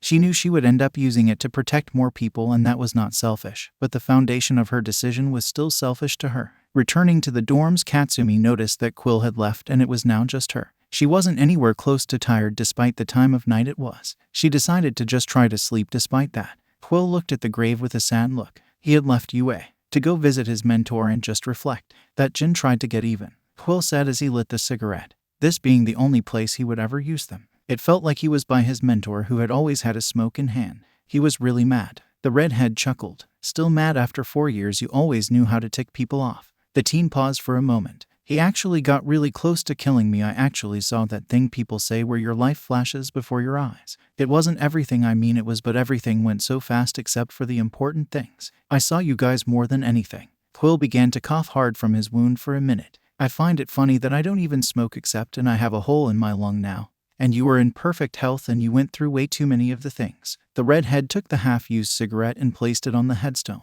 I actually have a friend now, like an actual friend. She's actually kinda like you. Very aggressive and doesn't care who she is talking to when she goes off. You'd probably enjoy her personality before you get annoyed at her. Quill shuffled on his feet. I'm kind of worried that he will come back and ruin another connection I have because of her. Every person I have ever held close, that bastard just rips away. Quill exhaled as he thought about some of his classmates. This time will be different, I hope. The regular time of waking up came soon and everyone had came downstairs. Katsumi hadn't slept much and made food for the entire class to keep herself busy. Where are Izuku and Quill? Inasa asked as everyone ate. I wanted to talk to Izuku and he wasn't in his room. Katsumi shot up when she realized her favorite person wasn't actually there. He's what? Sorry, the cycloptic teen announced his entrance as he came in from the garden. I was trying to meditate and check on my telekinetic powers since I kind of pushed them. He sat down next to Katsumi, who was giving him an irritated look. Tell me next time. She lightly hit his right arm. You know villains are interested in you and that they have a person who can teleport. I'm sorry, Izuku replied as he ate some food he grabbed. I'll make sure you will know. Where is Quill though? I saw him this morning, Katsumi said, deciding to ignore the part where she had a nightmare. And so did Quill. When Hanta asked, you were kinda up before most of us. 4 a.m., the blonde answered. Why were you up at 4? Izuku turned so he could actually look at the blonde who was on his blind side. I had trouble sleeping. She didn't like that everyone was looking at her. I did too, Masaru admitted. USJ keeps popping into my mind. It wasn't a fun experience. Achako agreed, showing that she was also still having issues with it. But where is Quill? Azula repeated her question. He could have went training. He does do that, Hanta said. He's not supposed to leave the dorms building between 10 p.m. and 7 a.m., Tenya said. It's also raining now, Kyoka said. Hopefully he took a jacket or something. At that moment the red-headed teen showed up, with a jacket. Quill, where were you? Tenya asked. We're not supposed to leave the dorms before 7 a.m. I know, I had something to do. Report me justly, Quill said calmly as he walked through. Why do you smell like smoke? Ibara asked as the teen walked past her. I thought you said you didn't smoke. Katsumi gave a confused look. It is against school rules to smoke, Quill. Tenya scolded the redhead. It wasn't even a whole cigarette. Calm down, Quill said as he grabbed some water. If it clears my name, I only do it when I visit someone. That doesn't clear it. Tenya stopped when Azula cut him off. She wasn't loud, but she did speak to Quill and stole his attention. Was it your sensei? She felt like she was being invasive asking Quill, but she was curious. Yes, it was a Kihide sensei. The teen nodded. What sort of bad person would show a child bad traits like that? Tenya asked, not seeing Azula of all people making a signal for him to stop talking. That's not an honorable sense. Ada, shut the up before I punch you. Quill cut off the guy and glared at him. Tenya narrowed his eyes. You know, that only reinforces my thinking, right? Ida, I am dead serious that I will slam my fist into your face if you try to say anything about my sensei. The redhead spoke in a dead tone. The other teen's eyes only narrowed further. Smoking is against the rules, so is threatening another student. Quill exhaled and turned to leave. I'm leaving before I fight you. Tenya looked at the leaving teen and then to Izuku. I am making sure to report this to Aizawa-sensei. His sensei should be held accountable for this as well. Ada, Azula began, waiting until the guy looked at her. His sensei was killed. The engine user was quiet for a second, letting it sink in. He wasn't sure previously what sort of bad things Quill had happened in his past. But a murdered sensei wasn't a thought before that moment. He does that to remember him, doesn't he then? Yes, so shut up about it, Katsumi said from her seat. He clearly has had a bad time, and being a bit of angry hedgehog is his way of coping, even if terribly. I still should mention it to Dad, Izuku commented, thinking his dad could be more helpful to Quill than them in this situation. Tenya frowned in the direction of the door Quill had stormed out of. He felt that he was in the wrong for speaking ill of a deceased person. The class reunited with Quill at the classroom, where he already was in his seat and only looking ahead. Quill, Tenya approached the redhead hesitantly, hoping the teen wouldn't immediately go to anger before Tenya can get his statement out. I'm sorry I spoke ill of your sensei. I didn't know his life was taking tragically. Quill looked at Azula, who looked away from him. He didn't really want his information passed around, but he knew Azula probably revealed it to lower tensions. He turned back to Tenya and sighed. I guess I'm sorry for copying an attitude and saying I would break some of your teeth. No one try to argue with each other, please, Izuku stated as he sat down. That's it. Katsumi gave her boyfriend an irritated look. Yell at them. Too early for yelling. Izuku yawned and out his head down on his desk. You can yell at them next time. Oh, I will. Katsumi nodded. Are you okay? Azula poked Quill to get his attention. Yeah, the teen nodded. Why wouldn't I be? Where you were this morning? The winged girl responded. I was just visiting. Quill, don't keep brushing off your ugh. Azula scowled and went to sitting silently, getting in at Quill for how he treated his problems. The redhead turned slightly to look at Azula from the side of his eye, wondering why she was going from just pissed in general to being a different kind of pissed at just him half the time. Shota and number 13 entered the class at that point. Hello, class. Both of the teachers greeted the students with greetings back. During the time you kids would normally spend in foundational heroic studies, and every other day we will be going through the training we have for each of you. Some of you have extra training to make up for any injuries you gained. The training was built around the reports of what happened at USJ, so we can build up weaknesses you had exposed and anything you can improve upon, Shota explained, before he handed a paper to Katsumi. Except for you, Katsumi. Why, the girl got confused as she read the paper, which was a note in handwriting she didn't recognize. If you took my words to heart this morning, meet me at Field Gamma during the training your class now has. It has been pre-approved by Aizawa. You have that, Shota answered. Wait, is she still part of our team? Itsuka asked. Yes, but someone wants to train her personally every other day. After the sports festival, your heroics class will start back up, and these training teams will be only on the days you don't have the heroics class. Besides that, there is no other news. At lunch, Izuku couldn't help but feel like he was being watched, not even in a bad way. He also didn't mean the kids who were obviously looking at him and his bandaged-up face. Those were obvious. He felt like someone was following him and studying him, but it wasn't even a negative feeling he was getting. He felt too many quirks around him to be sure who it was for sure. How often do you smoke? Hanta asked Quill, making sure he had a tone to suggest he wasn't making jokes or being antagonistic. Only on visits, Quill replied, not feeling like putting effort into anything but just feeling it while he ate. Isn't it bad for your lung? Ijiro asked. Wouldn't it mess with the metal that's still there? Not as bad for my lung as ripping out the metal that was piercing my lung forcefully, the quilled teen replied. What sort of training will we be doing? Mina asked. I really want to know. It's exactly what Aizawa-sensei said. Inasa shrugged. Yeah, we will just be working on getting better and patching over any holes we had or gained, Ijiro added. In their own conversation, Izuku looked at the blonde next to him. Who wants to train you personally? He asked. Can I say afterwards? Katsumi didn't feel like the cafeteria was a place to say that it was all mine. She was definitely not going to tell Izuku the reason that she had asked for one for all. However, it was now time for the training. The whole class was at the enormous building that is Gym Gamma. Shota looked at the 10 kids he was to oversee. I will start with the kids that don't have as intensive an outline. Yaorazu, Ashido, and Kirishima, you three, I want to work on your abilities as they are. You all showed you were capable in what you did, even if you were unwilling. He was looking mostly at Momo, knowing how upset she had been over Fumikage's choices on the yacht. Anjiro, I want you to do extensive stretches to make sure your muscles are ready to go. Kiwaro, you will be partnered with Izuku during this as well as Urashi. You are going to focus on close combat for now, while working on ways to make your wins better but not relying on them. But first I want you to join Ajiro in his stretches to make sure you will be fine. After that you two are partnered up. Shizaki, you will be with one of Kirishima, Ashido or Yaoyorozu, focusing on close combat as well. We are focusing on that today, and tomorrow is quirks. We will swap every other day on that. Amain and Ada, you are both partnered up. I want you to train Amain to be quicker on her feet, Ada. Help her get better reflexes. Izuku and Kiwaro, you both come here. The kids in the first group nodded and all moved to separate parts of the area of the gym they were using. Izuku, I am going to erase your quirk so you can't sense Kiwaro at all, and you two will spar while finding a new style that would fit Izuku's current capability, as well as find a style to fit you if the hot and run style can't apply Kiwaro. Okay. Both boys nodded as they got ready. Number 13 had a smile as she read the outline she was given to help the kids. They were all paying good attention and ready to go. Okay, so I am going down the list. Bakugo isn't with us, so next is Quill. You are starting off with some stamina exercises to help you get back to what you were before your lung injury. Everyone else will be starting with working on close combat skills today. Tomorrow we are working in quirks and it will swap every day. Most of you guys will be partnered up in Kendo, and Quill, since they actually have the most knowledge in this group, will be going around and giving tips, but mostly Kendo while Quill works on his stamina rebuilding.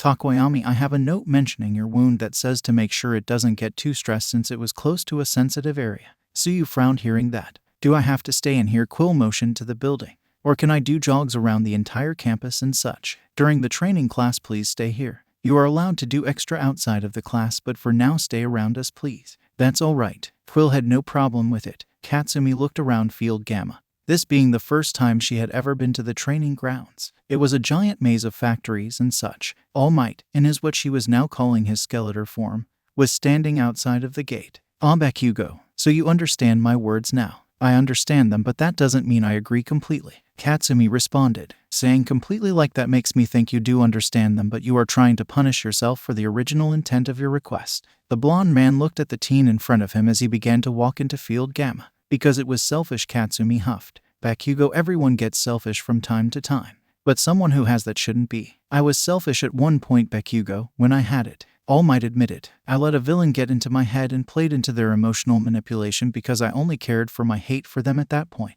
It cost me most of my side. That man is the reason Namus are even a possibility. He gained a depressed look as he spoke. He didn't like making himself think about how the class of hurt kids who all had to fight for their lives were only in that situation because of his own ill-thought actions. Selfishness is a bad thing sometimes, but what you want is to protect someone. I wanted to avenge someone. You will never mess up as bad as I have, so please don't beat yourself up, Bakugo. Katsumi was silent for a minute after what he said. That man who wants to make Izuku and Namu, the one with the hands, he works for this guy you fought. I believe so, if the reports are anything to go by. He has to be that guy's successor then. The blonde was thinking of how someone strong like All Might could take such a bad injury. Then this villain the hands Shigaraki works for must be the next in line on that side. That is plausible. All Might nodded. I guess I have my own villain rival then. Katsumi stated. I promise I won't beat myself up anymore. I'm not letting them hurt Izuku or anyone. All Might gained a smile, glad his words helped the girl. You'll be a great ninth holder of the quirk. So what do I gotta do to get it? Katsumi didn't know how exactly a quirk gets passed on like this. First I want to get you more physically stronger. What? Katsumi looked offended.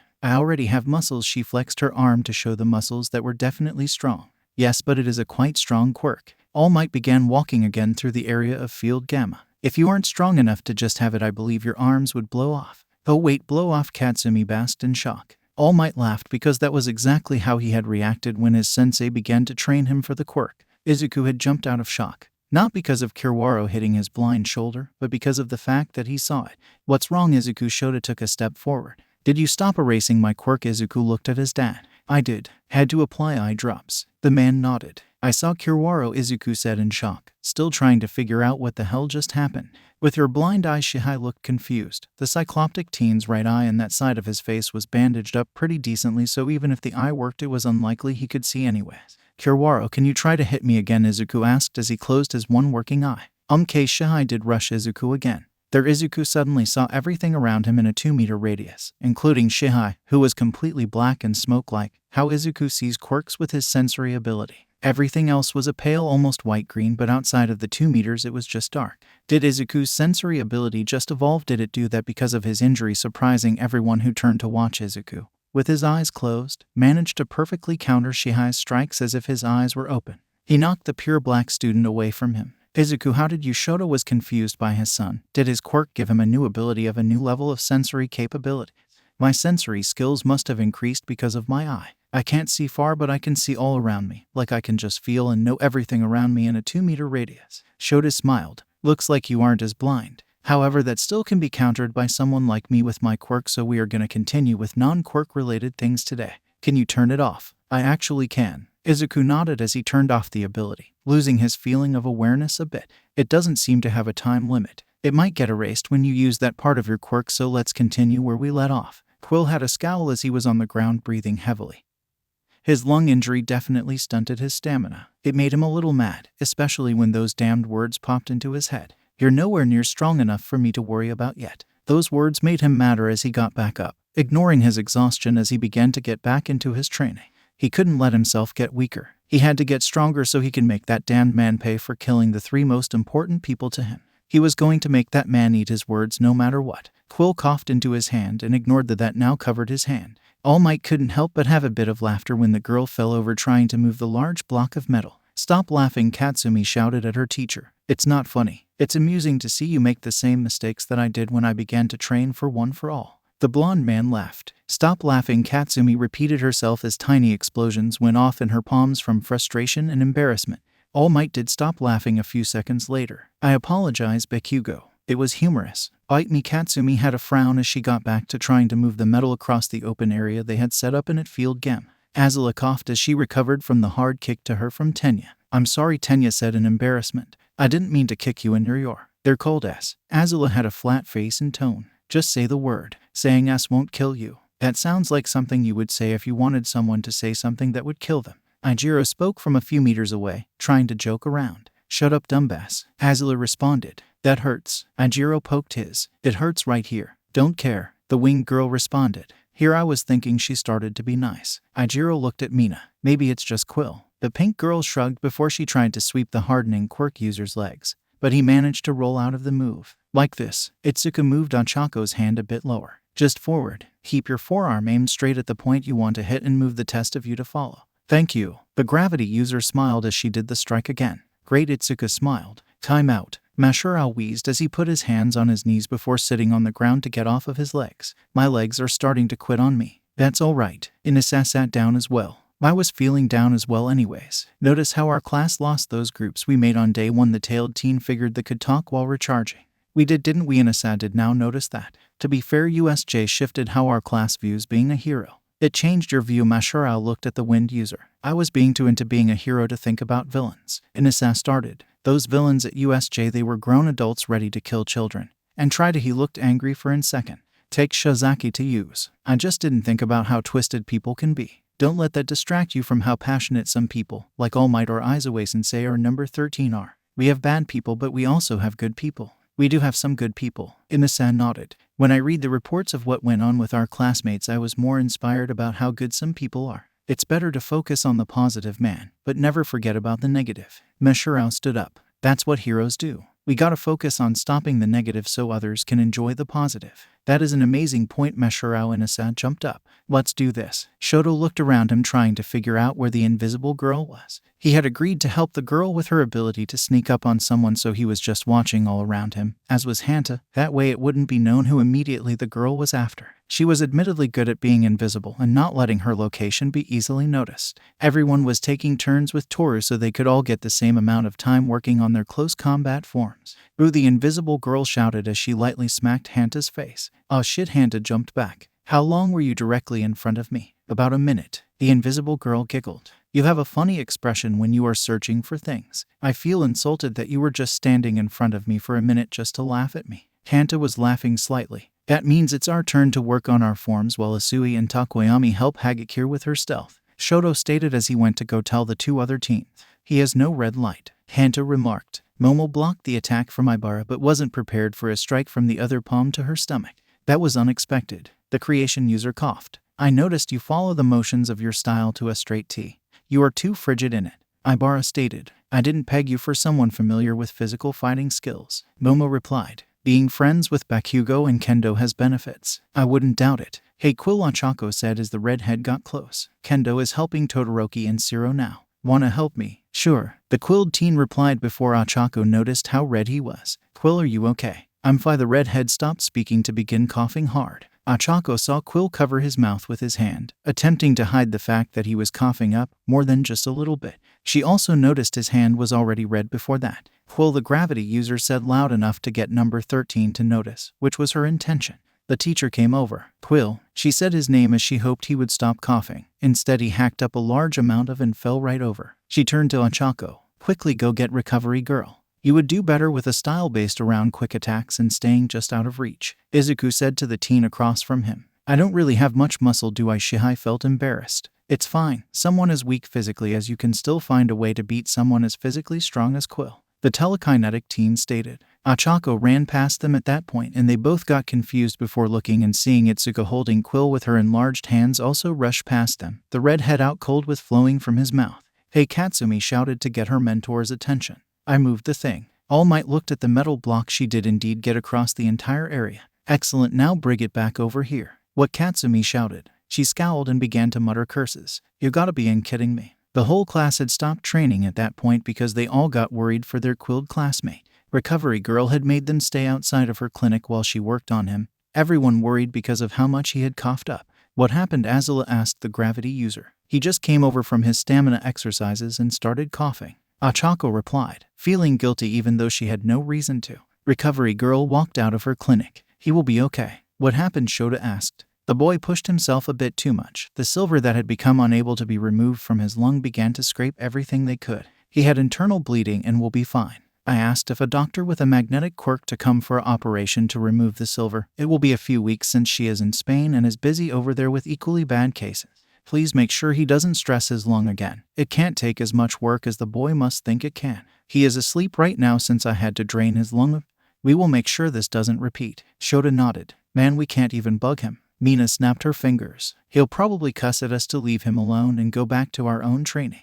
Hanta stated. That does sound like him. Ijiro nodded. Hey guys, what's up? Katsumi said as she entered the commons an hour later, completely worn out. Not anything good. Hanta spoke up. Why? The blonde made a confused face. Quill had to be rushed to recovery girl. Ibara explained. What? Katsumi got a worried expression. Is he okay? He's fine. Izuku answered from his spot face down on a couch with Marlo happily sleeping on top of him. Yay, recovery girl said he just pushed himself too hard and messed up that metal he has in his lung. It cut him up but she got it cleaned up. Mashiro explained. He was lying. Ochako said suddenly, making everyone confused. Who was lying about what? Tenya asked. Quill. I asked him if he was fine right before that happened and he tried saying he was fine. He already had on his hand and tried to hide more of it when he first started coughing. The gravity user explained. Why would he purposely abuse himself like that? Tsuyu asked. Aizawa looked at the ground sadly because she was the only one who knew why he was abusing himself to get better. Quill opened his eyes in confusion, not knowing why he was in a clinic. Hi dearie. The voice of the resident doctor of UA got the redhead's attention. You did a number on yourself. Can I leave? Quill asked as he sat up and dropped his legs off the side of the bed. Yes, but dearie, I don't want you in here again for this. You seem like a smart young man, so you should know that harming yourself like that isn't smart. Recovery girl had a large number of students who injured themselves trying to get better come get healed by her, so she knew a kid doing that sort of thing when she saw it. This kid, however, already had an almost mortal wound and still abused it despite common sense existing. I guess. Quill nodded as he got ready to leave. Have a gummy, sweetie. The aged doctor pointed to the bowl she had by the door. I don't like candy. Quill responded as he left. Quill began to think on the way back to the dorms. His wound had removed a good chunk of his stamina and his skill. It began to make him furious. You're nowhere near strong enough for me to worry about yet. Quill began to grit his teeth. He couldn't be getting weaker. He had to make that bastard pay for what he did. He had to get stronger. He felt that goal slipping farther away. You're nowhere near strong enough. Quill angrily slammed his fist into the wall, cracking it and breaking his knuckle. Damn it. Coal black eyes with peculiar bright blue pupils stared at the picture on a desk, one he had stolen from that whore's house years ago.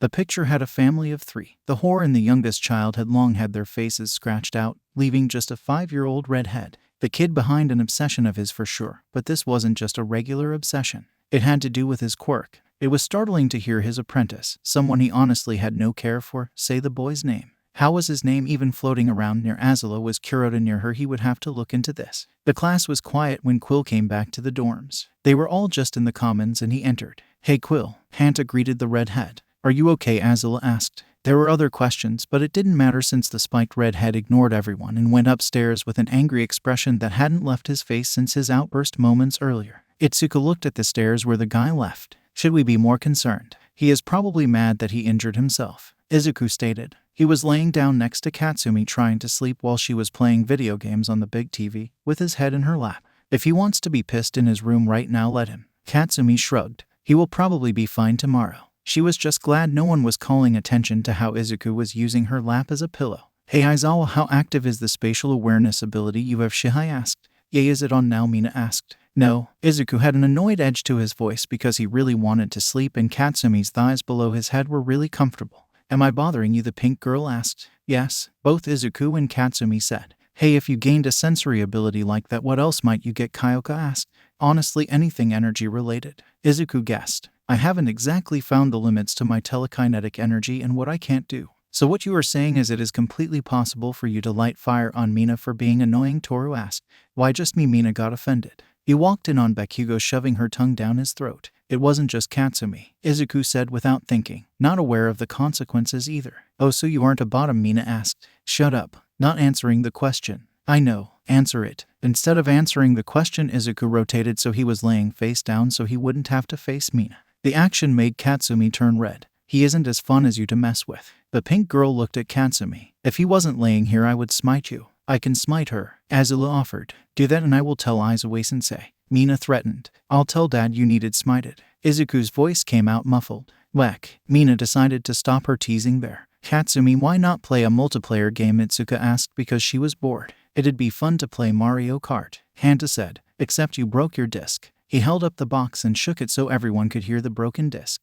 "Why did you?" Aijiro asked. Nope. Katsumi shook her head hard. "That day never happened." "What happened on Mario Kart?" Tsuyu was curious. "No, it is forbidden to talk about that." "Are you still mad?" Izuku asked, having turned back to face the ceiling and Katsumi. "Shut up. You are." Izuku was surprised. "No." She grabbed a couch pillow and placed it over Izuku's face. "Go to sleep." "I'm not arguing with that." The teen spoke through the pillow. "How about Smash Bros?" Hanta grabbed the game. "This isn't broken. I would put it in, but I am not moving." "You do it," Katsumi replied. "Let me get to a save point." "Why would you save it after killing half of the villagers?" Mashiro asked. "Don't you want any quests that involve them?" They looked at me funny. "They die." "You have another save for non-violence like that, don't you?" "Yeah. On this one, if I see a hoe looking at me funny, I give them the flintlock." "Ah, the strap of the pirate ages." Aijiro nodded. "It was a simpler time. The motto of stay strapped or get clapped has been known for ages." Hanta nodded. "Stay strapped or get clapped?" Ibara looked at Hanta in confusion.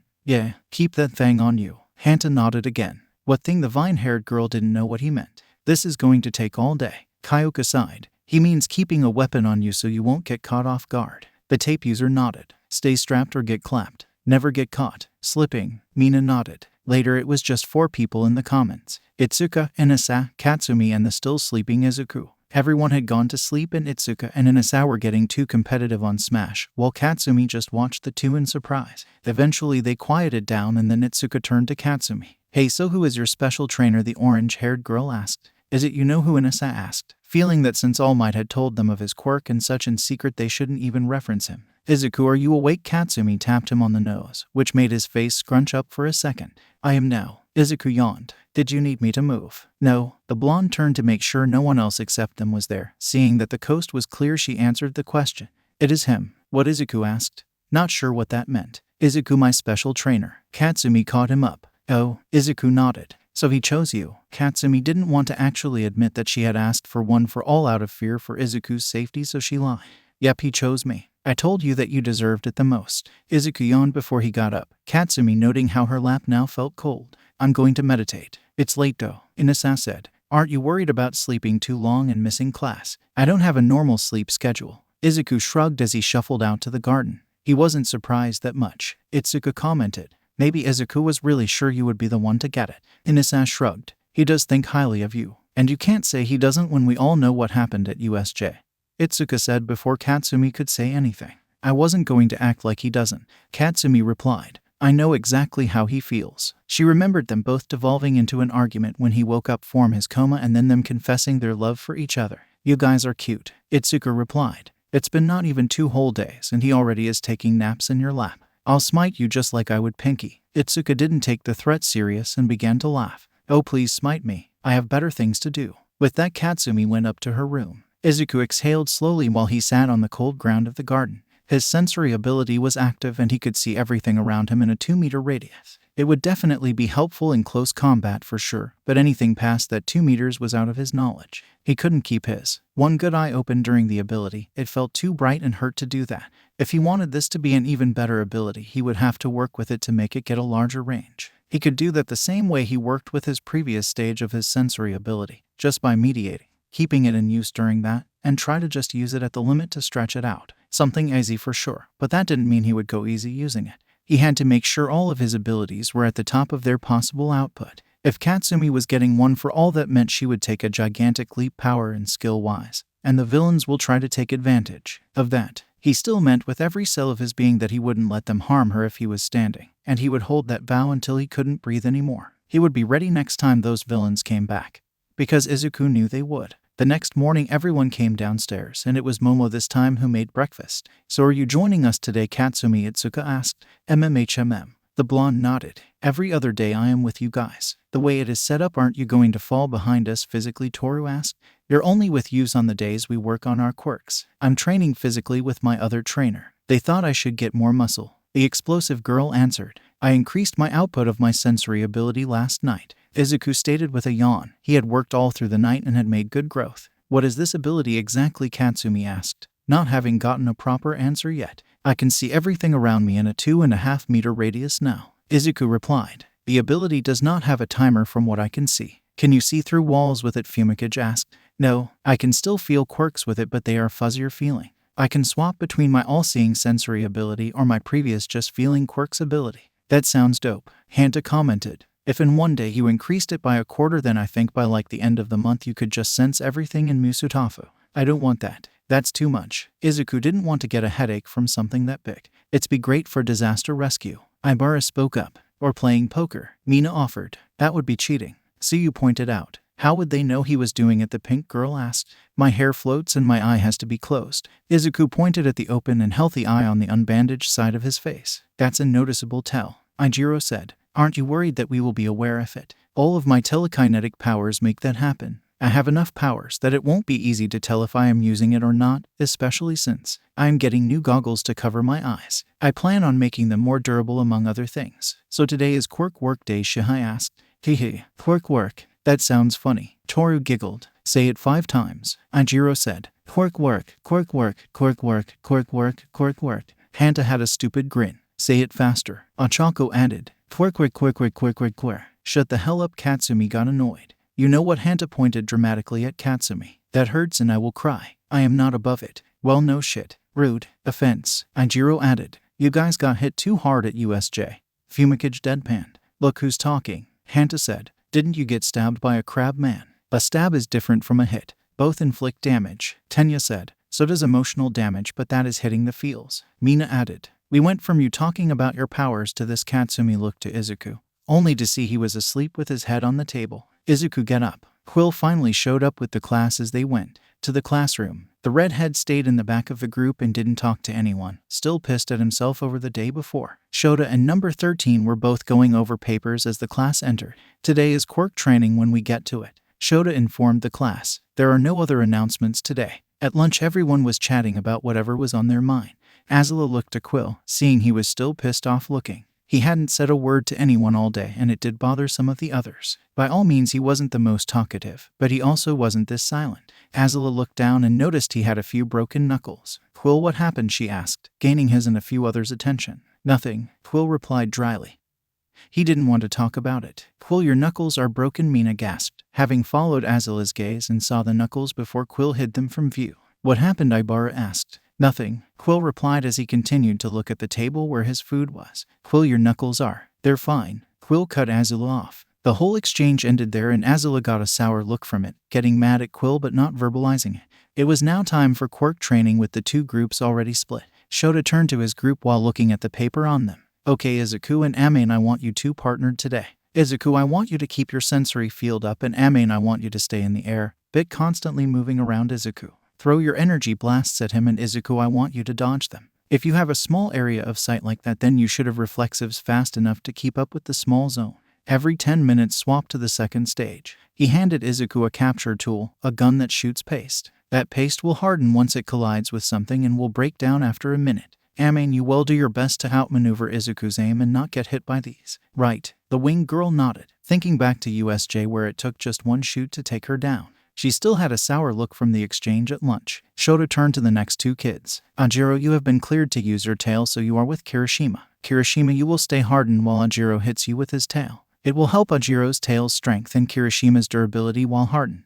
Got it. Both teens nodded. Shizaki, you will be using your vines to attack Urashi from multiple directions. Urashi, you will be using your wind to keep them from hitting you and attempt to hit Shizaki with her own vines. For Shizaki, this will help your ability to multitask your vines, and Urashi, this will help you deal with multiple things coming at you with varied angles and timing. Yes, sir. Inisan nodded hard while Ibara nodded quietly. Ada, you will be partnered with Kiwaro. Ada, I want you to be able to rotate yourself with your higher speeds better. Your task is to hit Kiwaro, and his task is to move through black objects quicker with more agility and reaction timing when he exits. Do we have an area that's all black for me to use? Shihai asked. Yes, it is right over there. Shota pointed to a dome that Cementos had made earlier. Yaoyorozu and Ashido, you are both partnered up as well. Yaoyorozu, you will make as many sheets of metal as you can, and Ashido, you will make your acid as acidic as possible to burn through all of the metal. This will push both of your quirks' limits to higher levels. Gotcha. Mina gave a thumbs up. Number 13 began to address the students under her watch. I'll start with Bakugo and Todoroki. You two are partnered up today. Todoroki, you will try to maintain control of your ice and fire in a balance while simultaneously blasting Bakugo with waves of ice that cover her arms and legs, where she has to work on generating sweat at a better rate despite being cold.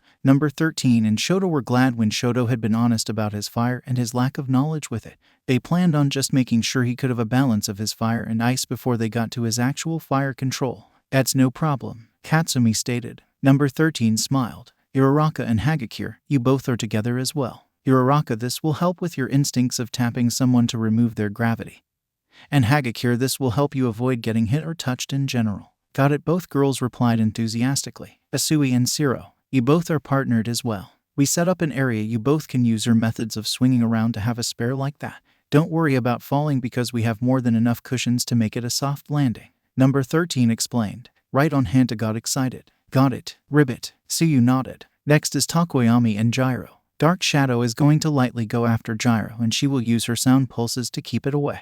Do this as much as you can stomach, but don't overdo it. Take a rest if need be. Got it. The earphone girl nodded. I will make sure Dark Shadow stays within limits, the bird-headed teen stated. Last is Kendo and Quill. You two will just have a spar. Kendo, we also have some pillars for you so that you can work on the strength of your enlarged hands. For you, Quill, we also have wooden boards to help sharpen your quills. However, you can't let yesterday get even close to repeating. Okay. Quill had a small frown at that, not at number 13 but himself. He hated how much farther he was being nearly as close as he needed to be to make that man pay. Let's get training, kids. The woman smiled. Hell yeah, Katsumi pumped her fist, just excited in general. Training for everyone was going smooth even an hour later. Quill actually listened about his stamina and lung issue and took a break when it was starting to wear on him. Katsumi had gotten better at generating her sweat. Mina's acid had gotten just a little bit stronger and her resistance was getting higher. Shihai had gotten smoother about his hopping from dark spot to dark spot. Tenya found a trick to help his turning. Really, it was to spin on his hands to face a new direction, but it was something.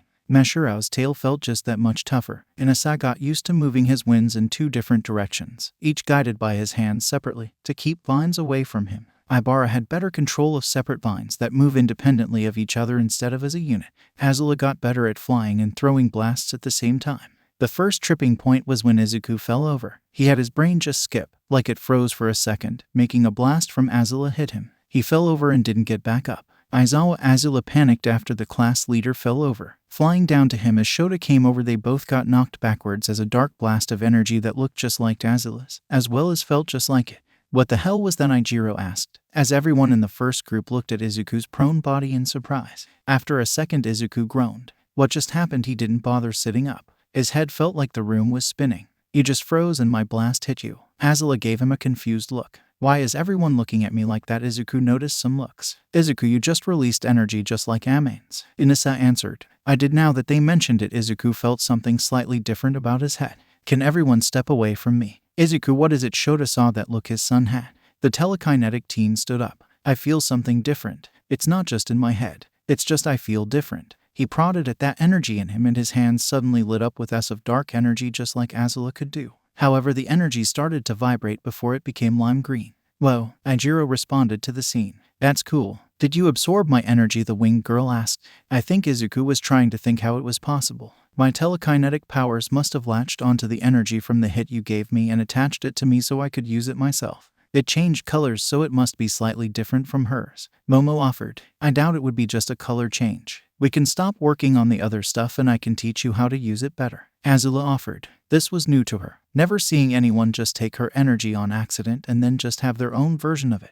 Shota looked at his son. Izuku, if you feel like something is off, let me know. I don't want an accident. He was wondering if the way Izuku kept pushing himself at USJ made his powers all push themselves to higher levels, and Izuku was just going to get new abilities as a result of that. Okay. Izuku nodded as he faced Azula. He shook his hands that were still coated with the green energy. How do I get rid of them without throwing them? Flex your fingers. The winged girl answered and watched as Izuku got rid of the blasts on the first try. It normally activates by pushing the energy to your hands and making a fist. It's actually possible to just have the energy in your hands because it makes the attack stronger. I just don't use that method since I am a far-ranged and flying combatant. Got it. Izuku was thinking how this would have definitely helped him destroy the Namo and stop that creep with the hands Shigaraki.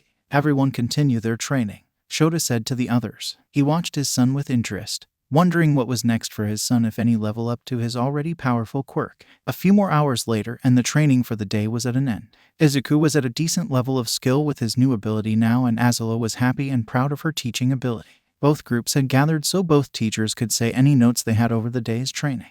You all did good today. Shota had a smile. He was actually proud of how hard-working his class was. They didn't let USJ hold them down and they all were going forward with more gusto. Granted, he didn't like Quill's obvious abuse of himself, which was something he wanted to confront the teen on once he could find out anything on the boy's secret past. I saw no holes in anyone and neither did number 13. If any of you also experience a new quirk evolution, please let us know. Who had a quirk evolution? Katsumi asked, getting an answer in Izuku holding up a hand that got coated in his now familiar lime green energy. Me. Izuku had a smirk because he knew Katsumi would love his level up. She did. The blonde looked at the energy with a look like a cat, right before she looked at Izuku with a predatorial look in her eyes. Oh, we are so sparring right now. No, you both aren't. Shota sighed, not sure sometimes about the girl's urge to always spar with Izuku. But surprisingly, both kids argued for it. No, Shota sighed. That's lame. I'm not letting you both spar this late at night when you both are clearly tired. I can go for hours, Katsumi boasted, hating that at the moment she felt the urge to yawn. She didn't yawn, but that feeling being there was annoying. Izuku did yawn, however. Granted, he does that like every 10 minutes. Come on, Dad. One spar. The tired man sighed again. You both better make sure it is just one.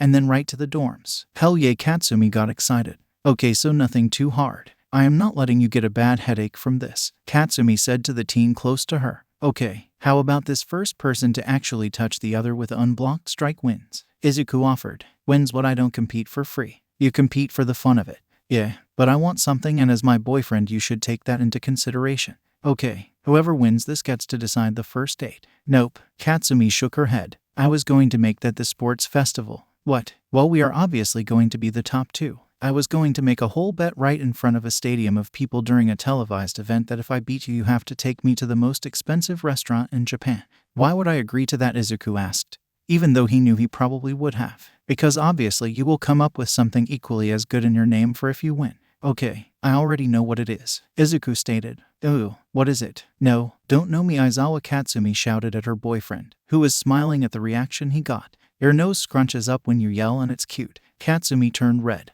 We're starting the spar now. She didn't wait for a response and rushed her boyfriend. Izuku surprised Katsumi by sending a blast out of his feet that launched him over Katsumi in an arc, mimicking her style as he rotated and made an explosion-like blast in his hand that sent him at Katsumi. Hey, that's my style, the girl huffed as she began to block his strikes. I decided to use my blasts in a neat way. I know it's neat, I made it. Izuku raised his knee through a high-powered blast, but it was blocked as Katsumi attempted to strike him. They both started to copy each other's moves and it went on for a minute. Katsumi noticed that his blasts were not as strong as her explosions, so she was wondering if that was as strong he could make them or he was going easy. It realistically wouldn't be him going easy on her because they had too much respect for each other to just go easy. However, him being as good at her own original style as he was something she felt was weird. How the hell are you so good at my original style? Katsumi asked. I admire the creator of it a lot. He wouldn't ever be as good at this type of fighting style as Katsumi, but he was decent. He really only used it to mess with Katsumi. Katsumi finally figured out one single part Izuku was missing and smirked as she went in the hole in his form, smacking his elbow. How she laughed. Gotcha, unblocked, I win, pay up, sucker. We never actually stated what is won here. Izuku deadpanned. The blonde had a blank expression while she thought about that. Izuku was meditating that night in his room, enjoying the silence that was only broken by Marlowe purring by the window. This was a good way for him to check on his telekinetic energy, which was changing over the past few days since USJ, so he had to actually pay attention to it to see what was happening.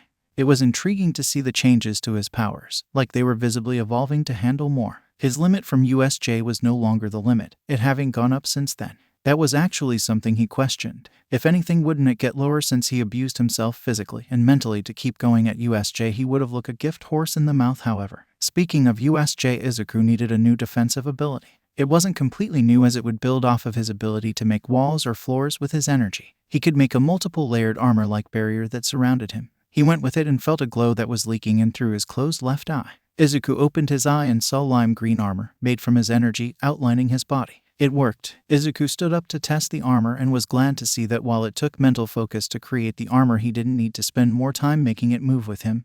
That part just happened. It didn't even need as much focus to keep it running as it did to make it start. This would definitely be a good defensive power, and Izuku would make sure it could get as strong as it could. A week later was one of the biggest events of Katsumi's life. It was a day of training with All Might when the man stopped her before she could actually do anything. She was also surprised to see Izuku there already, looking bored. Izuku, what are you doing here? He is here to help you learn where your level of control is with One for All. All Might explained. His telekinetic powers can help us gauge where your control is and help you get used to that level. That way there is no accident at the sports festival next week. Izuku yawned. Wait, I am getting it today. Katsumi got excited. I thought I wasn't ready yet. Aizawa made a good reasoning that you were ready and I believed him. All Might patted Izuku's shoulder and the teen shook slightly under the massive man's strength. You are. Izuku nodded. Katsumi had a large grin, half from getting One for All and secondly and most importantly Izuku being so supportive. What do? Do I take an oath? Do I have to absorb it like a holy object? Do you take it out of you like a piece of your soul? Her energy was rising with each question. Heavens no. All Might shook his hands. Where would you get those ideas? Speculation. Izuku said it would be an oath. I just guessed. Izuku shrugged. He is close. All Might plucked one of his blonde hairs off of his head. You eat this. The blonde girl looked the most confused in her life she had ever been. She eats that? Izuku asked. Yes, All Might was laughing internally at both kids' reactions. Why do I got to eat your hair? The explosive girl asked. It is passed through DNA. This is one of the less gross ways. But that's gross and weird. Would you rather drink my? All Might knew she would see his point. I would rather drink a few drops of than eat a piece of your hair, the girl declared. All Might had a flat expression. Honestly, he didn't know why he would even question the girl like that at this point when she clearly is on a different wavelength than him. Really? Duh. Katsumi responded. Okay, I guess. All Might sighed. Does one of you have something sharp for me to prick my finger? Katsumi immediately pulled a small piece of metal from her pocket. Why do you have that? Don't ask questions if you aren't prepared for the answer. Katsumi replied. She broke the mirror in her room this morning and just kept that piece in her pocket to remind herself to get a new mirror. Izuku spoke up. Izuku, Katsumi snapped at him. Let me seem dangerous and cool. You were carrying around a sharp piece of metal, you already got there. You're a smart boyfriend. Katsumi patted his head while he had an exhausted expression. Are you ready? All Might asked as he was about to cut his finger. Hell yeah, drop that stuff down my mouth, she noticed while saying that Izuku gained a red complexion. Shut it, perv. Wasn't going to say anything. Izuku replied. He really wasn't. He was too busy trying to not take that the wrong way to say anything on it. Here goes. All Might said as he cut his finger. While it was weird for Katsumi to consume some of All Might's, it was better than eating a piece of hair. Okay, so what now? The blonde asked. You can train until it activates and you or just wait for it. I'm training, Katsumi stated. Izuku, join me. She wasn't trying to order him as much as ask. Do I have to? Please. Okay, now I will. A little while later Katsumi stopped. I feel weird. How weird? All Might asked. Like stronger, but it feels weird. Try to unleash a punch. You can feel the strength of One for All and it will begin to settle in. Don't do that. Izuku stopped her. I can feel the quirk. If you do it without any idea of the control of it, you would break your arm, or worse. He took a step towards her and put his hand on her shoulder. Just wait a sec while I try to gauge it. Your hand is cold. Sorry, you're too hot. Katsumi made a sly look. So you think I'm hot? In the way I meant and what you are implying both is a yes. He patted her shoulder. I think that honestly you could control at most 5%. 5%, Katsumi exclaimed. That's too small. You do realize it is a quirk that gets stronger as it is passed on, Izuku asked? You are getting all of All Might's strength and power. He is a grown adult with years to back up his strength and you just started out on the path to having it. 5% is honestly amazing at this point. Try to let it cover you like a cloak. Can you do that cloak of yours? Katsumi asked. Show me how. Yes. Izuku out his hand back on her shoulder and made the armor-like energy appear over her. He had spent a decent amount of time the last week working on his armor, and he discovered that if he was having physical contact with someone they could have the armor as well. Granted, he and Katsumi didn't really discover that during training as much as she jumped around a corner to spook him and it happened on accident. Katsumi actually loved the feeling that she got from having Izuku's telekinetic cloak on her. She made sure to feel how it worked and nodded when she felt ready. I got it. Do you want me to keep this on in case? Yes, please. Katsumi nodded, while turning red because she didn't want to admit how much she loved his armor power. I'm going to try to punch. Does it affect your quirk as well? Izuku asked. Your explosions might be stronger. Oh, I want to see that. She raised her arm instead of what was supposed to be one of her medium-sized explosions, but instead it was even bigger than her own strongest explosion. Izuku's armor over them cracked but didn't break and the two got knocked to the ground. Are you okay? Izuku sat up to face Katsumi. The blonde shot up with a wild expression on her face. That was awesome. She's okay. Izuku had a slightly amused look as he nodded to All Might. You kids are certainly something. All Might gave a chuckle. Aizawa looked at her phone in confusion. It was ringing with his number. He had never bothered to call her himself. What would Akui want should she even answer? She was trying to leave that behind. Answering a call from him wasn't a good move. Was it even smart to leave that guy? She didn't even know what her master's quirk was while working for him, and the man had that evil, intimidating aura regardless. The phone kept ringing, so Aizawa panicked and did the first thing she could think of, breaking the device with a blast. Aizawa actually blinked while looking at the broken device. That phone was the final tether to Akui and what she would consider her bad side. Now it was gone. She didn't have that dark path anymore. She couldn't avenge her father the way she had wanted to, but maybe this way she could fix it a good way. It actually felt relieving to not have that part there anymore. Coal black eyes with blue pupils glared at the phone when the call didn't go through for the second time, saying that the number was busy. Was that little witch defying him? He would not let this go unpunished. He will wait until a good moment to make that witch understand. You do not cross Akui Shiraishi.